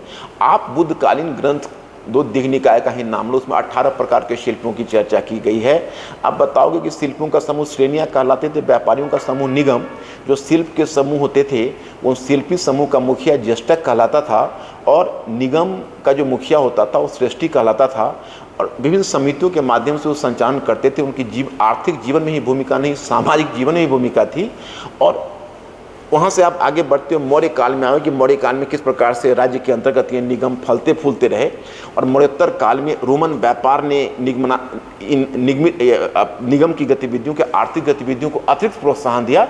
और वहाँ पर आप एक ग्रंथ की केवल चर्चा कर दो, मिलिंद पन्हो, ये 75 प्रकार के व्यवसायों की चर्चा है, 75 टाइप्स ऑफ ऑक्यूपेशंस, उसमें 60 केवल शिल्पों से जुड़े हुए हैं। और इसमें हम शिल्प गतिविधियाँ काफ़ी अधिक होती है। सामाजिक धार्मिक क्षेत्र में जो शिल्पियों की भूमिका है वो कहीं ना कहीं, अब थोड़ा सा आप चाहो तो वर्तमान में, हिस्ट्री में हमेशा आपको वर्तमान में आने का गुंजाइश होता है। आज आप कहते हो कॉर्पोरेट सोशल रिस्पॉन्सिबिलिटी, यानी कॉर्पोरेट सेक्टर का सामाजिक दायित्व, आज ये पूरा करते हैं। कहीं ना कहीं यह तत्व आपको प्राचीन काल में ही देखने को मिलता है, क्योंकि राज्य और इकोनॉमी के बीच या गवर्नमेंट और इकोनॉमी के बीच जो रिलेशनशिप है ये समस्या एंशिएंट टाइम से ही आई। आज हम न्यू लिबरल इकोनॉमी की बात करते हैं, उस समय भी आप देखोगे कि राज्य के द्वारा आर्थिक क्षेत्र में जो ये इस तरह के जो श्रेणियाँ और निगम होते थे उन्हें बहुत अधिक स्वायत्ता दी गई थी। इनके अपनी मुहर होते थे, इनके अपनी मुद्राएं, ये अपने मुद्रा भी जारी करते थे, इनके अपनी मुहरें होती थी। और ये बौद्ध और जैन धार्मिक पंथों को अनुदान देते थे। इनके द्वारा कला और साहित्य को भी प्रोत्साहन दिया जाता था, विद्वानों को भी इन्होंने संरक्षण दिया हुआ था। तो मतलब इनका मल्टीफेरेस वर्क था। और कई तो अपने आर्मी को भी मेंटेन रखते थे, अपनी सुरक्षा का भी प्रबंध करते थे। लेकिन एक खासियत है, राजनीतिक मामले में हस्तक्षेप नहीं करते थे कभी। तो खैर इतना डिटेल्स में नहीं, इसको हल्का करते हुए कि इनकी तरह से भूमिका रही। और गुप्त काल में सीधे जाओगे तो नारद और बृहस्पति स्मृति का रेफरेंस देकर तुम बता सकते हो कि इस काल में भी कम से कम मंदसौर में आपको एक रेशम उत्पादकों का एक समूह शिल्पियों का है, वो कितना सक्रिय है। फिर आप नासिक का भी उदाहरण दे सकते हो। तो आप 2-3-4 उदाहरण देकर केवल एंशिएंट से वहाँ से लेकर और गुप्त काल तक आ सकते हो। गुप्त काल लिखते हुए कह दो कि हालांकि एक धारणा यह रही कि गुप्त काल में व्यापार, वाणिज्य व्यापार, उद्योग और मुद्रा अर्थव्यवस्था का पतन हुआ है, परंतु सच्चाई यह है कि इस काल में भी नगरीकरण और वाणिज्य व्यापार फलते फूलते रहे, चूँकि नई हिस्टोग्राफी इसको नहीं मानकर चलती है। और इसमें जो निगमों की और श्रेणियों और निगमों की गतिविधियाँ अर्थव्यवस्था में बनी रही। वात्सायन का कामसूत्र का रेफरेंस दे सकते हो, जो दर्शाता है, जो नगरीय जीवन की चर्चा करता है। तो वहाँ ले जाके आप इस क्वेश्चन को समाप्त कर दोगे। तो दिमाग में एक तस्वीर केवल होनी चाहिए, फिर परीक्षा 1 में क्वेश्चन के डिमांड के अनुसार हम उसको बदल सकते हैं। अब देखो यहाँ पर क्वेश्चन नंबर 2 आप देखते हो कि 3वीं सदी ईसा पूर्व से 5वीं सदी ईस्वी तक का भारतीय इतिहास का कालखंड नव प्रवर्तन और अन्योन्याय क्रिया का काल था। इस पर आप क्या प्रतिक्रिया देंगे? तो आप हिंदी के साथ अंग्रेजी वाले क्वेश्चन को पढ़ लो। हालांकि हमने यहाँ पर अंग्रेजी वाले क्वेश्चन नहीं डाला है, डालना चाहिए। आप उसको पढ़ोगे तो उसमें बहुत सारे शब्द आपको, जैसे नव प्रवर्तन है वो क्या है, इनोवेशन है, और अन्योन्याय क्रिया का मतलब इंटरेक्शन है। तो अब आपको यहाँ पूछा जा रहा है कि 3री सदी ईसा पूर्व से 5वीं सदी ईस्वी तक का भारतीय इतिहास। तो पहले आपको यह पता करना पड़ेगा कि इन्होंने किन कालों को पकड़ा। अब देखो, गौर करने की बात है, अगर आप चेंजेस का ज्ञान आपको नहीं है तो क्या आप इसमें क्वेश्चन का आंसर कर सकते हो? क्योंकि कभी भी क्वेश्चन एक काल में नहीं पूछा है, क्वेश्चन हमेशा 2-3 काल को जोड़कर पूछता रहा है। अब इसमें भी आप देखें तो 2 काल है। इसमें 3rd सेंचुरी BC से शुरू किया, इसका मतलब इसने मौर्योत्तर काल को पकड़ा है। फिर 5वीं सदी तक ले गया, इसका मतलब गुप्त काल को पकड़ा है। और 5वीं सदी के बाद शायद आगे नहीं ले गया, क्योंकि 6ठी सदी थोड़ा कंट्रोवर्सी में फंस जाता है। और वही कंट्रोवर्सी आर्य शर्मा का स्कूल और BD चट्टोपाध्याय का स्कूल, क्योंकि आर्य शर्मा का स्कूल मानता है कि उसमें ट्रेड एंड कॉमर्स में और मनी इकोनॉमी में डिक्लाइन हुआ है, और जो BD चट्टोपाध्याय के स्कूल है वो कहते हैं कि नहीं, trade and commerce, money economy और नगरीकरण फ्लोरिशिंग अवस्था में रही है। तो इसलिए उस विवाद से बचने के लिए इसने 5वीं सदी तक कहीं लिया है, क्योंकि इसमें कोई विवाद 5वीं सदी तक नहीं है। 5वीं सदी तक हम यही मानकर चल सकते हैं कि ट्रेड एंड कॉमर्स और मनी इकोनॉमी फ्लोरिश करती रही। तो अब यहाँ पर गौर करने की बात है कि परीक्षा भवन में अचानक आपको दिमाग का एंटीना खोलना होगा, यार ये इनोवेशन और इंटरेक्शन का काल था, इनोवेशन क्या था। अब फिर तक भारतीय, अब क्लू देखो, इसलिए पारिभाषिक शब्दावली को खोजो। तो पहले आप जैसे क्वेश्चन को पढ़ा, कीवर्ड्स को पकड़ा, तो 3री सदी से 5वीं सदी तक तो पहले आप लिख दो मौर्योत्तर काल से गुप्त काल तक। ये 2 काल को ध्यान में रखना है। अब भारतीय इतिहास के कालखंड का नव प्रवर्तन अन्योन्याश्रय क्रिया का काल था। अब यहाँ पर यह देखना होता, इस पर आप क्या प्रतिक्रिया देंगे। तो अब देखो, आर्गुमेंटेटिव दे दिया, मतलब इसमें हम आर्गुमेंटेटिव का है, मतलब हम मान सकते हैं कि नव प्रवर्तन हुआ, या मान सकते हैं नव प्रवर्तन नहीं हुआ। हम डिनाई भी कर सकते हैं नव प्रवर्तन नहीं हुआ। लेकिन ये बड़ा ही जोखिम का काम होगा। आप मेरी मानिए तो इसको नव प्रवर्तन और इंटरेक्शन का काल दिखा दीजिए, आपके लिए सहज होगा और इंटरेस्टिंग होगा। तो कहेंगे कहाँ दिखाएं, इस क्वेश्चन में टटोलिए, क्या उसने इकोनॉमी का हिंट किया है, क्या उसने सोशल का हिंट किया है, क्या उसने कल्चरल का हिंट किया है? नेवर। उसने ना इकोनॉमी का हिंट किया है, ना सोशल का हिंट किया है, ना कल्चरल का। इसका मतलब है कि ये तीनों में से आप निकाल सकते हैं नव प्रवर्तन। तो फिर जल्दी सोचने का एक तरीका यह है कि अच्छा, राजनीतिक में भी हम निकाल सकते हैं। तो अब जल्दी सोचने की ये है कि भाई राजनीतिक क्षेत्र में क्या निकल सकता है। अब अच्छा के सेंस में ले या बुरा के सेंस में ले, क्योंकि कुछ चीज़ें अच्छे के सेंस में भी आ रहे हैं, कुछ बुरा के सेंस में भी आ रहे हैं। तो राजनीतिक क्षेत्र में ज़्यादा से ज़्यादा आप ये निकाल सकते हैं कि इस काल में राजत्व का दैवीकरण दिखता है और राजा की तुलना देवताओं से की जाने लगी। यानी इसका मतलब है कि बीच में जो मध्यस्थ है उसकी भूमिका को सीमित कर, अब जैसे कुषाण है, देवपुत्र की उपाधि लेते हैं। अब राजा के चित्र मुद्राओं पर बनने लगी। तो ये एक तरह का राजत्व में आपको इनोवेशन दिखता है। आप इकोनॉमी में आइए, इकोनॉमी में आपको इनोवेशन दिखता है कि रोमन ट्रेड का काल है, जब दक्षिण एशिया और पूर्वी भूमध्य सागरीय क्षेत्र के बीच तीव्र व्यापारिक आदान प्रदान हो रहा है और भारत में बड़ी मात्रा में मुद्रा आ रही है, सोने और चांदी की मुद्रा। इतना तक एक रोमन लेखक प्लिनी आंसू बहाता है कि रोम से इंडिया की तरफ ड्रेन ऑफ वेल्थ हो रहा है। तो आपको इकोनॉमी में मिल गया। अब सोशल वाले में देखिए, हाँ सोशल वाले में एक पॉजिटिव पॉइंट आप कह सकते हो, लैंड ग्रांट्स मिल रहा है, भूमि अनुदान। अब भूमि अनुदान के कारण कृषि अर्थव्यवस्था का प्रसार हो रहा है। तो एग्रीरियन इकोनॉमी जैसे जैसे फैल रही है तो जनजातीय तत्व वन व्यवस्था में शामिल हो रहे हैं। तो आप देखोगे कि समाज में नए तत्वों का आगमन हो रहा है और इस तरह से तुम देखते हो कि वन व्यवस्था धीरे धीरे वन व्यवस्था में जनजातीय तत्व शामिल हो रहे हैं और दूरवर्ती क्षेत्रों का भी आर्यीकरण हो रहा है। नए तत्व धर्म के क्षेत्र में आप देखते हो तो आर्य और गैर आर्य तत्वों के मिश्रण से भक्ति, मूर्ति पूजा, भक्ति, अवतारवाद और मूर्ति पूजा जैसी धारणा विकसित हो रही है। तो धर्म के क्षेत्र में ये इनोवेशन दिखा दो और कला के क्षेत्र में दिखाओ कि भूमध्य सागरीय क्षेत्र और भारत के बीच जो ये आदान प्रदान हो रहा है, इसका एक नतीजा आप देखते हो या पॉजिटिव इम्पैक्ट है। गांधार स्कूल ऑफ आर्ट के बारे में आपने सुना है, तो गांधार स्कूल ऑफ आर्ट ने बाद में मथुरा स्कूल ऑफ आर्ट को भी प्रभावित किया है। इतना 200 वर्ड्स में आपको लिखना है। अगर आप एक एक बिंदु बना के यहाँ पॉइंट भी डाल सकते हो, पॉइंट डालकर आप पहले एक स्टैंड ले लो कि भाई ये एक अच्छी बिगिनिंग आप दे दीजिए। क्वेश्चन आर्गुमेंटेटिव है तो आप दिखा देंगे कि इस काल में राजनीतिक क्षेत्र, आर्थिक और सामाजिक और सांस्कृतिक क्षेत्र में कुछ नवीन तत्वों का आगमन देखने को मिलता है और इसने निश्चय ही नव प्रवर्तन एवं अन्योन्याय क्रिया के लिए रास्ता तैयार कर दिया, मतलब इनोवेशन और इंटरेक्शन के लिए मार्ग तैयार कर दिया। उसके बाद आप उन चारों 5 के बारे में आप परिचय करा कि एविडेंस देते हुए आप लिख जाओगे, आपको बहुत अच्छे अंक मिल जाएंगे। तीसरा क्वेश्चन आप देखते हो कि भक्ति और सूफी आंदोलनों ने एक ही सामाजिक प्रयोजन की पूर्ति की थी, विवेचना कीजिए। अब बच्चों देखो, भक्ति और सूफी आंदोलन बड़ा ही इंटरेस्टिंग है, लेकिन आपको इसके लिए भारत की समन्वित संस्कृति की समझ होनी चाहिए। भक्ति आंदोलन में भी दो तरह की भक्ति है, सगुण भक्ति और निर्गुण भक्ति। अब इसमें बच्चों को संकेत करना होगा कि उसको सगुण भक्ति की तरफ जाना है अथवा निर्गुण भक्ति की तरफ जाना है।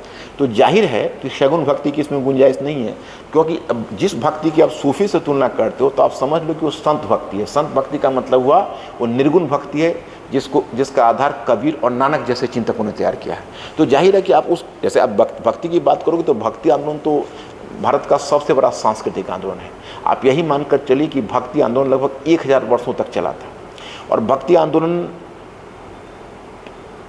लगभग 6ठी 7वीं सदी से लेकर आप कह सकते हो 4थी 5वीं सदी से लेकर और 17वीं सदी तक वो चलता रहा। बल्कि अगर आज की स्थिति में कहें तो भक्ति आंदोलन का कुछ तत्व आपको भक्ति जैसा तत्व आज भी नजर आएगा, लेकिन आप मोटे तौर पर 17वीं सेंचुरी तक माने। लेकिन यहाँ पर जो आपसे पूछा जा रहा है वो कहीं ना कहीं आपको निर्गुण भक्ति और सूफी पूछा जा रहा है, जो इस्लाम के आगमन के बाद आया। यहाँ पर शब्द है, अब वैसे आपने पढ़ा तो पहले कीवर्ड्स को पकड़ो। तो भक्ति और सूफी आंदोलन और एक ही सामाजिक प्रयोजन, इसका मतलब यह हुआ कि जब इस्लाम भारत में आया था तो इस्लाम एक आक्रमणकारी के रूप में आया था। इसने हिंदू और मुस्लिमों के बीच आरंभ में एक बड़ी खाई पैदा की थी। उस खाई को पाटने का काम किसने किया? भक्ति और सूफी आंदोलन ने किया।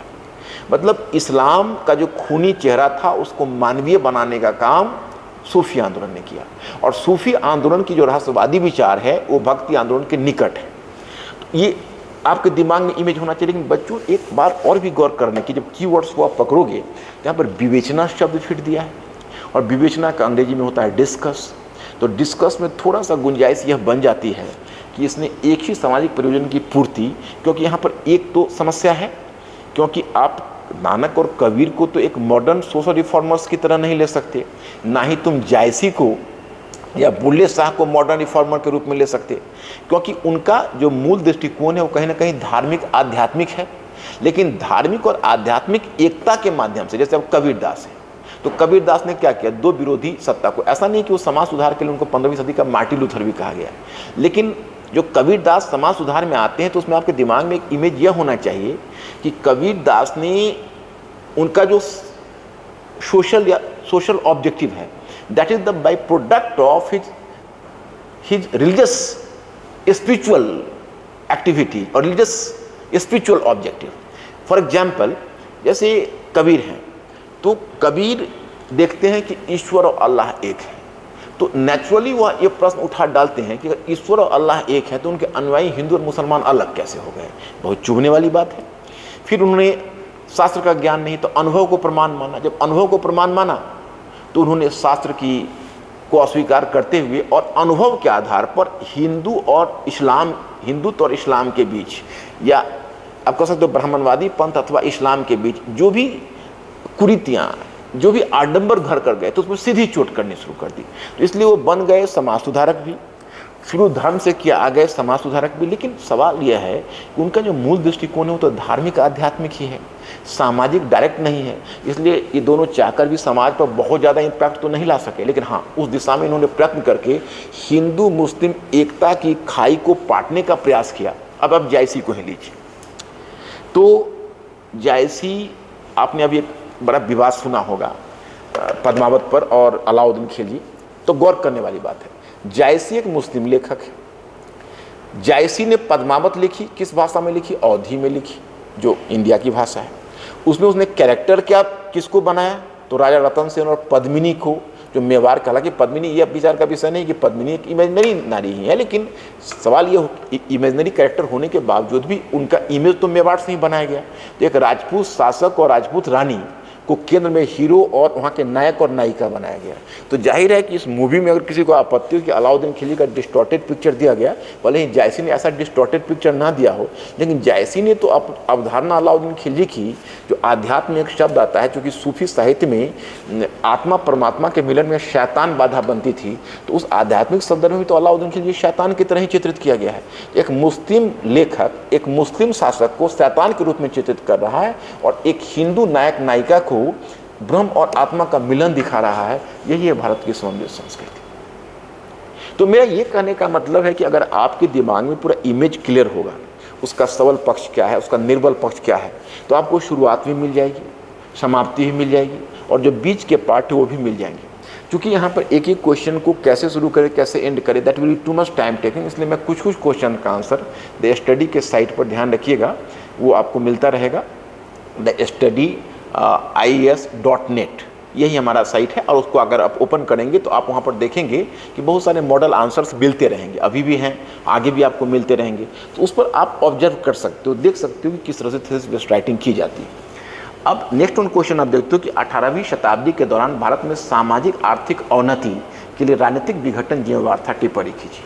अब देखो कितना स्टैंडर्ड क्वेश्चन है, जिस बच्चे को थोड़ी हिस्टोग्राफी की समझ होगी वही इस क्वेश्चन को टैकल कर सकता है।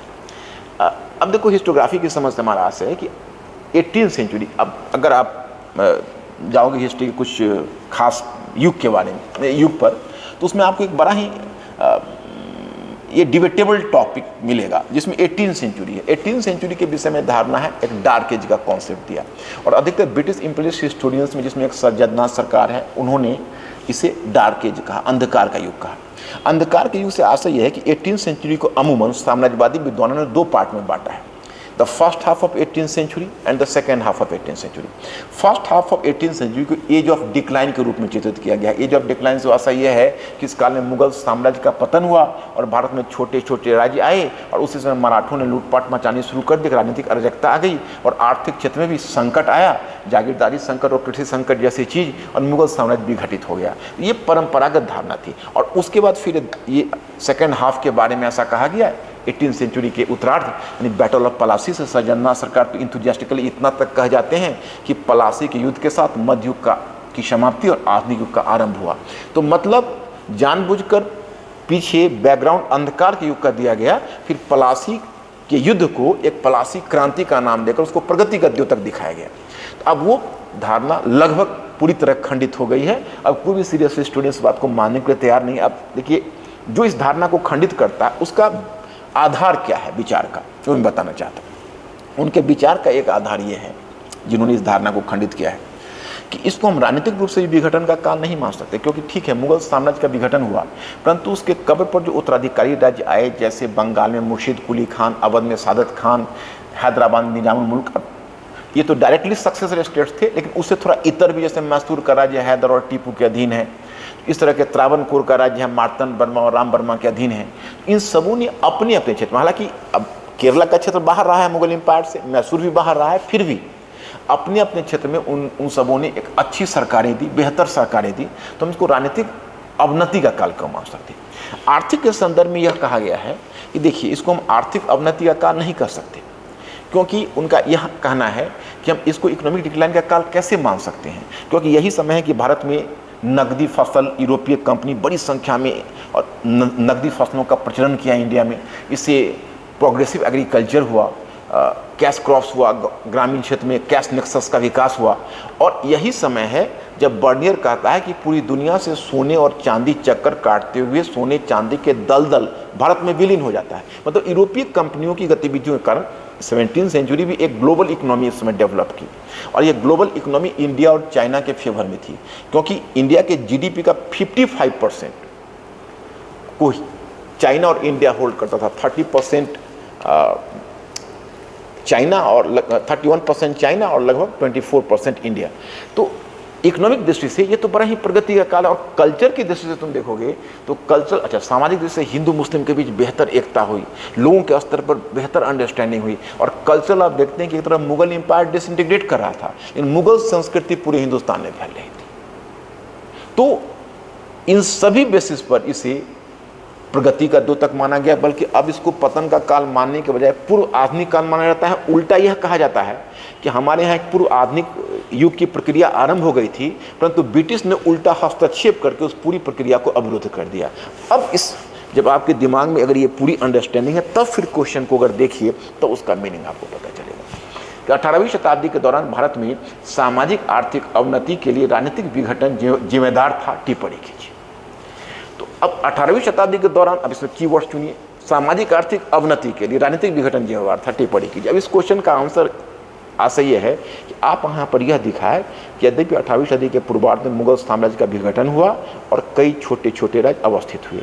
अब राजनीतिक वाले में आप मत जाइए, छोड़ दीजिए, लेकिन आप दिखाइए कि भले ही मुगल साम्राज्य की जगह कई छोटे छोटे राज्य आ चुके थे, बहुराज्य व्यवस्था उस समय का एक आवश्यक राजनीतिक लक्षण बन गई थी, फिर भी हम इसे आर्थिक सामाजिक अवनति का काल नहीं मान सकते। और कैसी आर्थिक प्रगति का काल है उसको दिखा दीजिए, कैसी सामाजिक सांस्कृतिक प्रगति का काल है उसे दिखा दीजिए, आपका उत्तर पूरा हो जाएगा। तो इस प्रकार से आप अगर अब सेकेंड पेपर में भी 4 क्वेश्चंस है यहाँ, चूँकि हमारे पास समय की कमी है तो हम सारे क्वेश्चंस को डिस्कस नहीं कर सकते।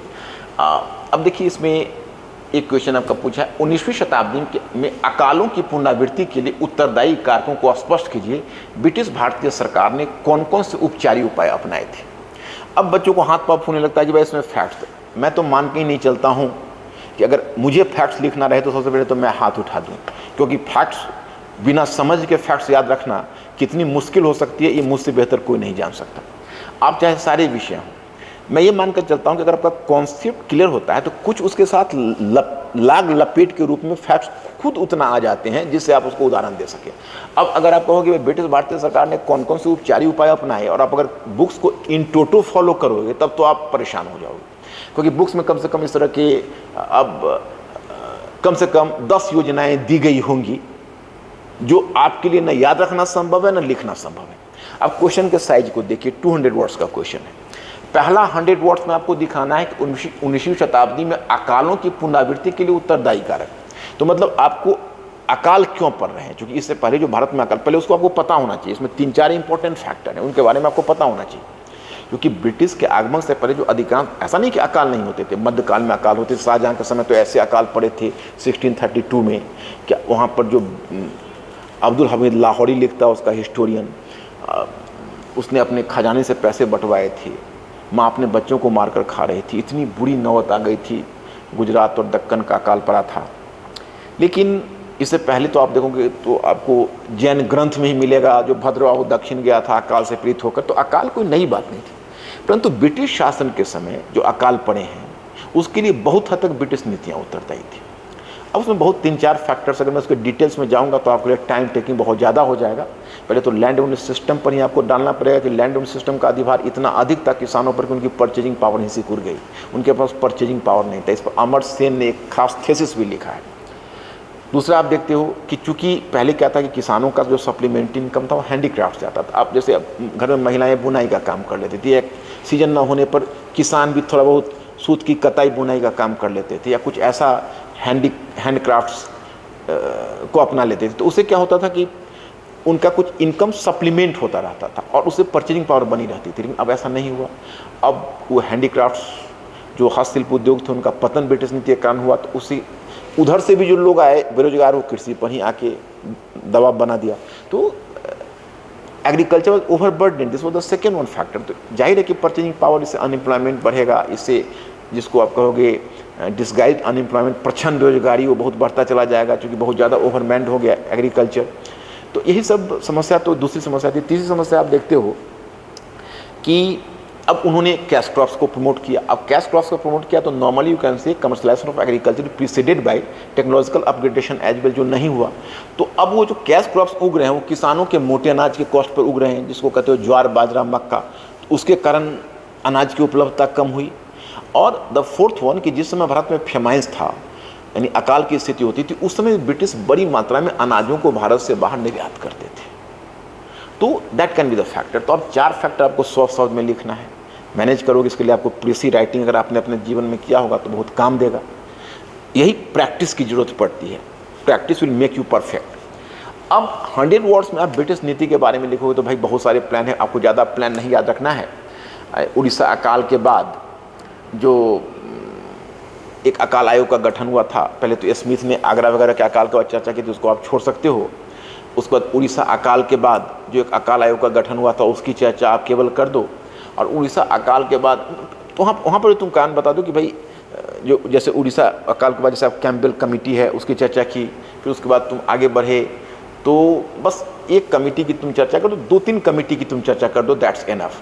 सेकेंड वन कमेटी की चर्चा कर दो कि लॉर्ड लिटन के समय स्ट्रेची कमीशन बना और स्ट्रेची कमीशन का अनुशंसा पर 1783 में अकाल संहिता बनी, सॉरी 1883 में अकाल संहिता बनी। इस अकाल संहिता में प्रावधान था कि अगर फसल इतनी नष्ट हो जाए कि 3/4 फसल नष्ट हो जाए तो भूरा उसकी राशि माफ़ कर दी जाए। व्यवहार में ऐसा कभी नहीं हुआ। इस हक के लेने के लिए भारतीय राष्ट्रवादियों को हमेशा संघर्ष करना होता था। गांधी ने जो गुजरात में खेरा में मूवमेंट चलाया था उसमें यही मेन इशू था। फिर ज़्यादा से ज़्यादा आप लॉर्ड कर्जन के समय मैकडोनल्ड कमेटी है उसके बारे में बता दोगे और इन तीनों के बारे में हल्की चर्चा तुम कर दोगे, तुम्हारा क्वेश्चन का आंसर पूरा हो जाएगा। ये क्वेश्चन में केवल आपको एक सिस्टमेटिक चाहिए। अब जो दूसरा क्वेश्चन है कितना स्टैंडर्ड है कि विवेचना कीजिए कि गांधी के सत्याग्रहों ने किस प्रकार भारतीयों के बीच भय की दौर को समाप्त किया था तथा इस प्रकार साम्राज्यवाद के एक महत्वपूर्ण खंभे को उखाड़ फेंका था। अब देखो बच्चों, वहाँ पर एग्जाम हॉल में बच्चों को समझ में नहीं आया इस क्वेश्चन को हम कैसे टैकल करें और कहाँ से शुरू करें। तो विवेचना कीजिए कि गांधी के सत्याग्रहों ने किस प्रकार भारतीयों के बीच भय के दौर को समाप्त किया था। तो देखिए, मैं दो बातें कहना चाहूँगा। यहाँ पर दो बातें आपके दिमाग में होनी चाहिए। एक, जब गांधीवादी आंदोलन कहते हो तो इसका आशय यह नहीं है कि गांधी ने आंदोलन किया या कोई सत्याग्रह अहिंसा के आधार पर भारत को आज़ादी दिलाई। इससे पहले आपको यह जानना है कि वस्तुतः गांधी ब्रिटिश के साथ एक वर्चस्व की लड़ाई लड़ रहे थे। बिपिन चंद्रा ने एक टर्म कॉइन किया है, the war of hegemony. The war of hegemony means कि देखो, अब आपको जानकर आश्चर्य होगा कि मॉडरेट लीडर्स की तुलना में जो ब्रिटिश अधिकारी थे वो भारतीय सामान्य भारतीयों मतलब उसमें भारतीय किसानों के मस्तिष्क पर एक गहरा प्रभाव रखते थे। आप यही समझ लीजिए कि ये कहना कोई ज़्यादा मतलब आप इसको एग्जेजरेशन या अतिशयोक्ति ना माने कि अगर यूनिवर्सल एडल्ट सफरेज होता है, यानी एक मैन एक वोट होता जो उस समय ब्रिटिश शासन के समय नहीं हुआ, और तब अगर चुनाव कराए जाते एक कैंडिडेट दादा भाई नौरोजी होते और दूसरा अगर लॉर्ड डफरिन होता, you will surprise to know that कि दादा भाई नौरोजी संभवतः चुनाव हार जाते, क्योंकि भारतीय जनता के मस्तिष्क पर ब्रिटिश का गहरा प्रभाव था और वो ब्रिटिश को अपना माई बाप समझते थे। तो अब सवाल यह था कि जब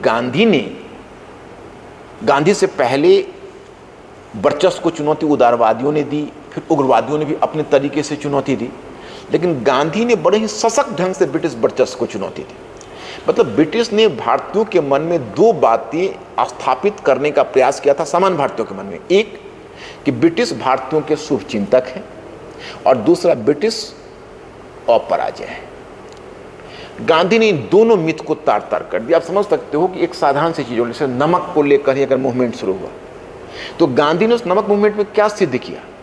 अगर ब्रिटिश आपके इतने बड़े शुभ चिंतक हैं तो फिर वो नमक जैसी एक आवश्यक वस्तु बनाने की अनुमति आपको क्यों नहीं दे रहे? मतलब कश्मीर से लेके आप कह सकते हो उत्तर भारत में की स्थिति से लेके लिविंग इट एंड चलते तो कर्नाटक और आंध्र प्रदेश तक यह मूवमेंट छिड़ गया। बिहार, यूपी, काउ बेल्ट और सारे बेल्ट में मूवमेंट छिड़ गया। नमक सत्याग्रह का नारा दिया गया और नमक कानून का खुलकर उल्लंघन हुआ। यही चीज हर जगह पर। साधारण चरखा, व्हाट वाज चरखा? इट वाज सिंबलाइजिंग इंडियननेस, और चरखा के आधार पर उन्होंने भारतीयों को एक सांस्कृतिक एकता प्रदान करने की कोशिश की। तो मैं ये बात बताना चाहता। दूसरा, उन्होंने कहा कि ब्रिटिश अपराजय हैं। कैसे अपराजय हैं? मैं तो उनके कानून को नहीं मानता, चलो मैं चुनौती देता। और वो खुद ही नमक कानून को तोड़ने के लिए आगे बढ़ते हैं और ब्रिटिश की लाठियों से नहीं डरते हैं। तो लोगों के मन में इस भय को भी दूर कर देते हैं। हम देखो विवेचना कीजिए गांधी के साथ किस प्रकार भारतीयों के बीच भय के दौर को समाप्त कर दिया। भय के दौर को समाप्त कर दिया। गांधी का सत्याग्रह और अहिंसा का जो पद्धति थी उसका बड़ा ही व्यावहारिक उपयोग था। आप इसको सिर्फ यह ना सोचिए कि आध्यात्मिक संदर्भ में देख रहे थे, वो उसको व्यावहारिक संदर्भ में भी देख रहे थे, क्योंकि सत्याग्रह का जवाब ब्रिटिश के पास नहीं था। इससे पहले सिविल डिसऑर्डिनेंस होते थे, बाकी देशों में भी हुए, भारत से बाहर हंगरी में भी ऐसा देखा गया, ऑस्ट्रिया में भी देखा गया। जनता इस तरह से आंदोलन करती थी सिविल डिसऑर्डिनेंस के रूप में। इस सिविल डिसऑर्डिनेंस के साथ एक नई चीज जुड़ गई थी, अहिंसा। और अगर जनता अहिंसक है तो सरकार कैसे हिंसक हो जाए, और सरकार हिंसक हो जाएगी तो अपने आप को सभ्य कैसे कहेगी, सभ्य समाज में कैसे अपना चेहरा दिखा सकेगी, और अंतर्राष्ट्रीय समुदाय को क्या जवाब देगी? ये एक बहुत बड़ी चीज़ थी। तो गांधी ने जो सत्याग्रह और अहिंसा से जो लोगों उसने एक ऐसा माहौल निर्मित कर दिया इंडिया में, और ये जो देता है इस प्रकार साम्राज्यवाद के महत्वपूर्ण खंभे को उखाड़ फेंका था। तो ग्रेजुअली वॉर ऑफ हेजेमनी में गांधी वॉर ऑफ हेजेमनी जीतते गए और ब्रिटिश हारती गई, क्योंकि ब्रिटिश को इसके पास जवाब नहीं था। और ग्रेजुअली जो भारतीय राष्ट्रवाद की प्रगति होती गई और एक समय ऐसा आया कि भारत को आज़ादी मिली। हालांकि भारत की आज़ादी में विभिन्न तत्वों की भूमिका रही, गांधी के सत्याग्रह और अहिंसक आंदोलन ने इसमें निश्चय एक प्रभावी भूमिका निभाई। तो अगर दिमाग में आपको तस्वीर क्लियर होगी तो इसको अपने शब्दों में ढालकर 200 वर्ड्स में लिखना मुश्किल नहीं होगा। अब गृह में नेपोलियन के काउंसिल शासन के अंतर्गत महान सुधारों के पीछे की भावना बोनापार्ट सेनानायक की विधियों का बोनापार्ट राजमर्मज्ञ के कार्य के लिए हस्तांतरण करना था। बच्चों, इसके लिए आपको जानकारी चाहिए कि जब नेपोलियन बोनापार्ट ने पावर को टेक ओवर किया था 1798 में डायरेक्टली से, उसके बाद नेपोलियन ने 1800, क्योंकि नेपोलियन तो शुरू में भी वॉर में उलझा ही रहा और जब वो सत्ता में आया तो भी वॉर में उलझा रहा, लेकिन नेपोलियन के जीवन में 3 वर्ष शांति का वर्ष रहा था। 1801 से लेकर 1804 तक, जब उसने अमीन्स की संधि की थी ब्रिटेन के साथ, उसके बाद दोनों के बीच 3-4 वर्षों के लिए शांति का काल आया। उसी में नेपोलियन ने रिफॉर्म्स किया। अब रिफॉर्म्स यहाँ पर कीवर्ड देखिए, बड़ा गौर करने वाली बात है। काउंसिल शासन के अंतर्गत महान सुधारों के पीछे की भावना बोनापार्ट सेनानायक की विधियों का, अब एक सेनानायक से बोनापार्ट राज्य मर्मज्ञ के कार्य के लिए हस्तांतरण करना था। मतलब he just turn from a military officer to a diplomat. मतलब कि अब तक उसने अपनी सैनिक विजय के आधार पर सफलता पाई थी, अब वह एक राजनीतिक नेता के रूप में अपनी प्रजा पर, अपनी जनता पर प्रभाव स्थापित करना चाहता था। वो चाहता था कि विभिन्न वर्ग अपने वर्गीय हित के कारण उससे जुड़े, केवल सैनिक सफलता के कारण नहीं जुड़े। तो कैसे he just try to perpetuate his rule through civilian method while discarding the military method. मतलब उसको डिस्कार्ड नहीं किया, सॉरी, मतलब फॉरेन फ्रंट पर तो उसकी विजय का वही कारण रहा। उसने अपने शासन को अस्थायी बनाने के लिए उसने जो संरचनात्मक सुधार किए, जो संरचनात्मक सुधार उसके पक्ष में जा रहा है, उस सुधारों के बारे में, नेपोलियन कोड के बारे में और उन सुधारों के बारे में आपको थोड़ी जानकारी चाहिए। थोड़ा सा जैसे आपकी समझ बढ़ेगी तो आप, जैसे मैंने एक चीज़ आपसे शेयर करनी है, अगर आपने वर्ल्ड हिस्ट्री को केवल पढ़ा है तो आप वर्ल्ड हिस्ट्री पर अच्छे क्वेश्चन लिख पाओगे, और अगर आपने इंडियन हिस्ट्री और वर्ल्ड हिस्ट्री सभी पढ़ा हुआ है तो आप इंडियन हिस्ट्री और वर्ल्ड हिस्ट्री पर ज़्यादा कॉन्फिडेंस के साथ लिख पाओगे। और अगर आपने बाकी ह्यूमैनिटीज़ को भी जनरल स्टडीज़ में पढ़ा हुआ है, जैसे इकोनॉमी को पढ़ा हुआ है, पॉलिटी को पढ़ा हुआ है, जैसे आपने सोशल इश्यूज़ को पढ़ा हुआ है, इकोनॉमिक्स को पढ़ा हुआ है, तो उसमें क्या होगा, इंडियन इकोनॉमी को, तो धीरे धीरे क्या होगा कि आपका समझ की फलक काफ़ी व्यापक होती जाएगी। आप अंतर्राष्ट्रीय संबंधों को पढ़ा हुआ है तो आप समझ सकते हैं कि आज अधिकतर डिक्टेटर्स फॉल डाउन कर गए क्योंकि उन्होंने केवल मिलिट्री पावर के बल पर अपनी नियंत्रण बनाए रखा, लेकिन उसने सिविलियंस पर प्रभाव स्थापित करने की कोशिश नहीं की या उनके फेवर में रिफॉर्म्स नहीं किया। दैट्स वाई यू कैन से, आप अरब कंट्री में देखो, अरब बसंत के दरमियान एक पर एक जो इस तरह के थे, इजिप्ट, हालांकि उन्होंने 30 वर्षों तक शासन किया था, परंतु मिलिट्री शक्ति के बल पर ही शासन किया था। लेकिन नेपोलियन का प्रभाव आप देखिए, जब 1813 में जब वो लिपजी का लड़ाई हार गया है और उसको जब एल्वा टापू पर निर्वासित कर दिया गया, उसके बाद भी नेपोलियन जब एल्वा टापू से भागकर फिर फ्रांस में आया है और लुई 18वां उसमें विवश पड़ गया, क्योंकि पूरी जनता ने नेपोलियन का समर्थन कर दिया और जनता ने नेपोलियन को पुनर्स्थापित कर दिया। नेपोलियन हारा परंतु उसके विरुद्ध विद्रोह का एक स्वर नहीं फूटा। यह नेपोलियन के उन सुधारों की सफलता है। तो अगर आपके दिमाग में पूरी इमेज है तो आपके लिए ऐसा करना मुश्किल नहीं है। You can very well do that. And the question number 4 पर आप आते हो। इस कथन का परीक्षण कीजिए कि बोल्शेविकवाद के खतरे ने न केवल 1917 की रूसी क्रांति के तुरंत बाद के वर्षों के इतिहास को ही प्रभावित किया था, अपितु उस तारीख के बाद से विश्व के संपूर्ण इतिहास को ही प्रभावित किया था। आजकल के क्वेश्चन सेटर की एक खासियत हो गई है कि क्वेश्चन के साइज को थोड़ा बड़ा करके बच्चों के मन में पहले ही भय व्याप्त कर देते हैं। अब देखो, ये अगर आप देखो पढ़ोगे तो ये कागज का शेर है। इस कथन का परीक्षण कीजिए कि बोल्शेविकवाद, पहले आपको समझना पड़ेगा, रूसी क्रांति को सफल बनाने वाले जो लेनिन की पार्टी थी उसका नाम बोल्शेविक पार्टी थी। इसका मतलब वो बोल्शेविकवाद का मतलब वो है कि खतरे ने न केवल 1917 की रूसी क्रांति के तुरंत बाद के वर्षों के इतिहास को प्रभावित किया। मतलब how did communism affect the history of Europe और the contemporary history just after the foundation of communist rule in Soviet Russia. तो फर्स्ट पार्ट क्वेश्चन का वो है, कोई प्रभावित किया था, अपितु उस तारीख के बाद से विश्व के संपूर्ण इतिहास को प्रभावित किया था। इस क्वेश्चन का इशारा दो तरफ है। एक तरफ इशारा है कि जब सोवियत रूस में जब एक कम्युनिस्ट गवर्नमेंट, कम्युनिस्ट यानी साम्यवादी क्रांति सफल हुई और एक बोल्शेविक गवर्नमेंट स्थापित हुई, तो जो एलाइड पावर से इतने अपसेट हो गए। हालांकि उनका एक्सक्यूज़ तो यही था कि वो भाई फर्स्ट वर्ल्ड वॉर से सोवियत रशिया क्यों निकल गया बिना उनके अप्रूवल के, लेकिन फियर था कम्युनिज्म का, क्योंकि कम्युनिज्म दुनिया में पहली बार एक सिस्टम आया था जो पूरे कैपिटलिस्ट वर्ल्ड को डरा रहा था। तो 4 कैपिटलिस्ट कंट्री ने मिलकर उस पर हमला कर दिया, यूएसए, जापान, फ्रांस और ब्रिटेन। तो पहले उनके मन में वही भय व्याप्त हुआ और सोवियत रशिया, इतना तक कि आप समझेंगे कि पेरिस पीस कॉन्फ्रेंस में, जबकि सोवियत रशिया दुनिया का सबसे लार्जेस्ट नेशन था, लेकिन फिर भी पेरिस पीस कॉन्फ्रेंस में उसको इन्वाइट नहीं किया गया। और उसके आगे आप देखेंगे, लेकिन बावजूद इसके सेकेंड वर्ल्ड वॉर में कुछ ऐसी परिस्थितियां बनी कि सोवियत रशिया ने, एलाइड पावर्स में सोवियत रशिया शामिल हुई और यूएसए, ब्रिटेन, फ्रांस सबके साथ मिलकर सेकेंड वर्ल्ड वॉर में हिस्सा लिया, नाजी जर्मनी के अगेंस्ट में और फासिस्ट इटली के, नाजी जर्मनी के अगेंस्ट में। लेकिन आपको आश्चर्य होगा कि इसके ठीक सेकेंड वर्ल्ड वॉर अभी समाप्त भी नहीं हुआ तो दोनों के बीच कोल्ड वॉर शुरू हो गया और ये कोल्ड वॉर 4 डिकेड्स तक चलता रहा। ये क्वेश्चन बड़ा ही आसान है, इशारा केवल 2 तरफ है, आप कॉन्टेम्पररी इम्पैक्ट को दिखाइए, आगे कोल्ड वॉर की तरफ दिखाइए। तो मैं आगे आता रहूँगा, आप लोगों को बताता रहूँगा। टेस्ट सीरीज का भी आपको ऑप्शन मिलेगा और आप मेरे साइट से टाइम टू टाइम हमसे आप और भी कुछ एडवाइस ले सकते हैं। Thank you very much. फिर हम लोग दूसरे लेक्चर में कुछ और प्लान करके आएंगे।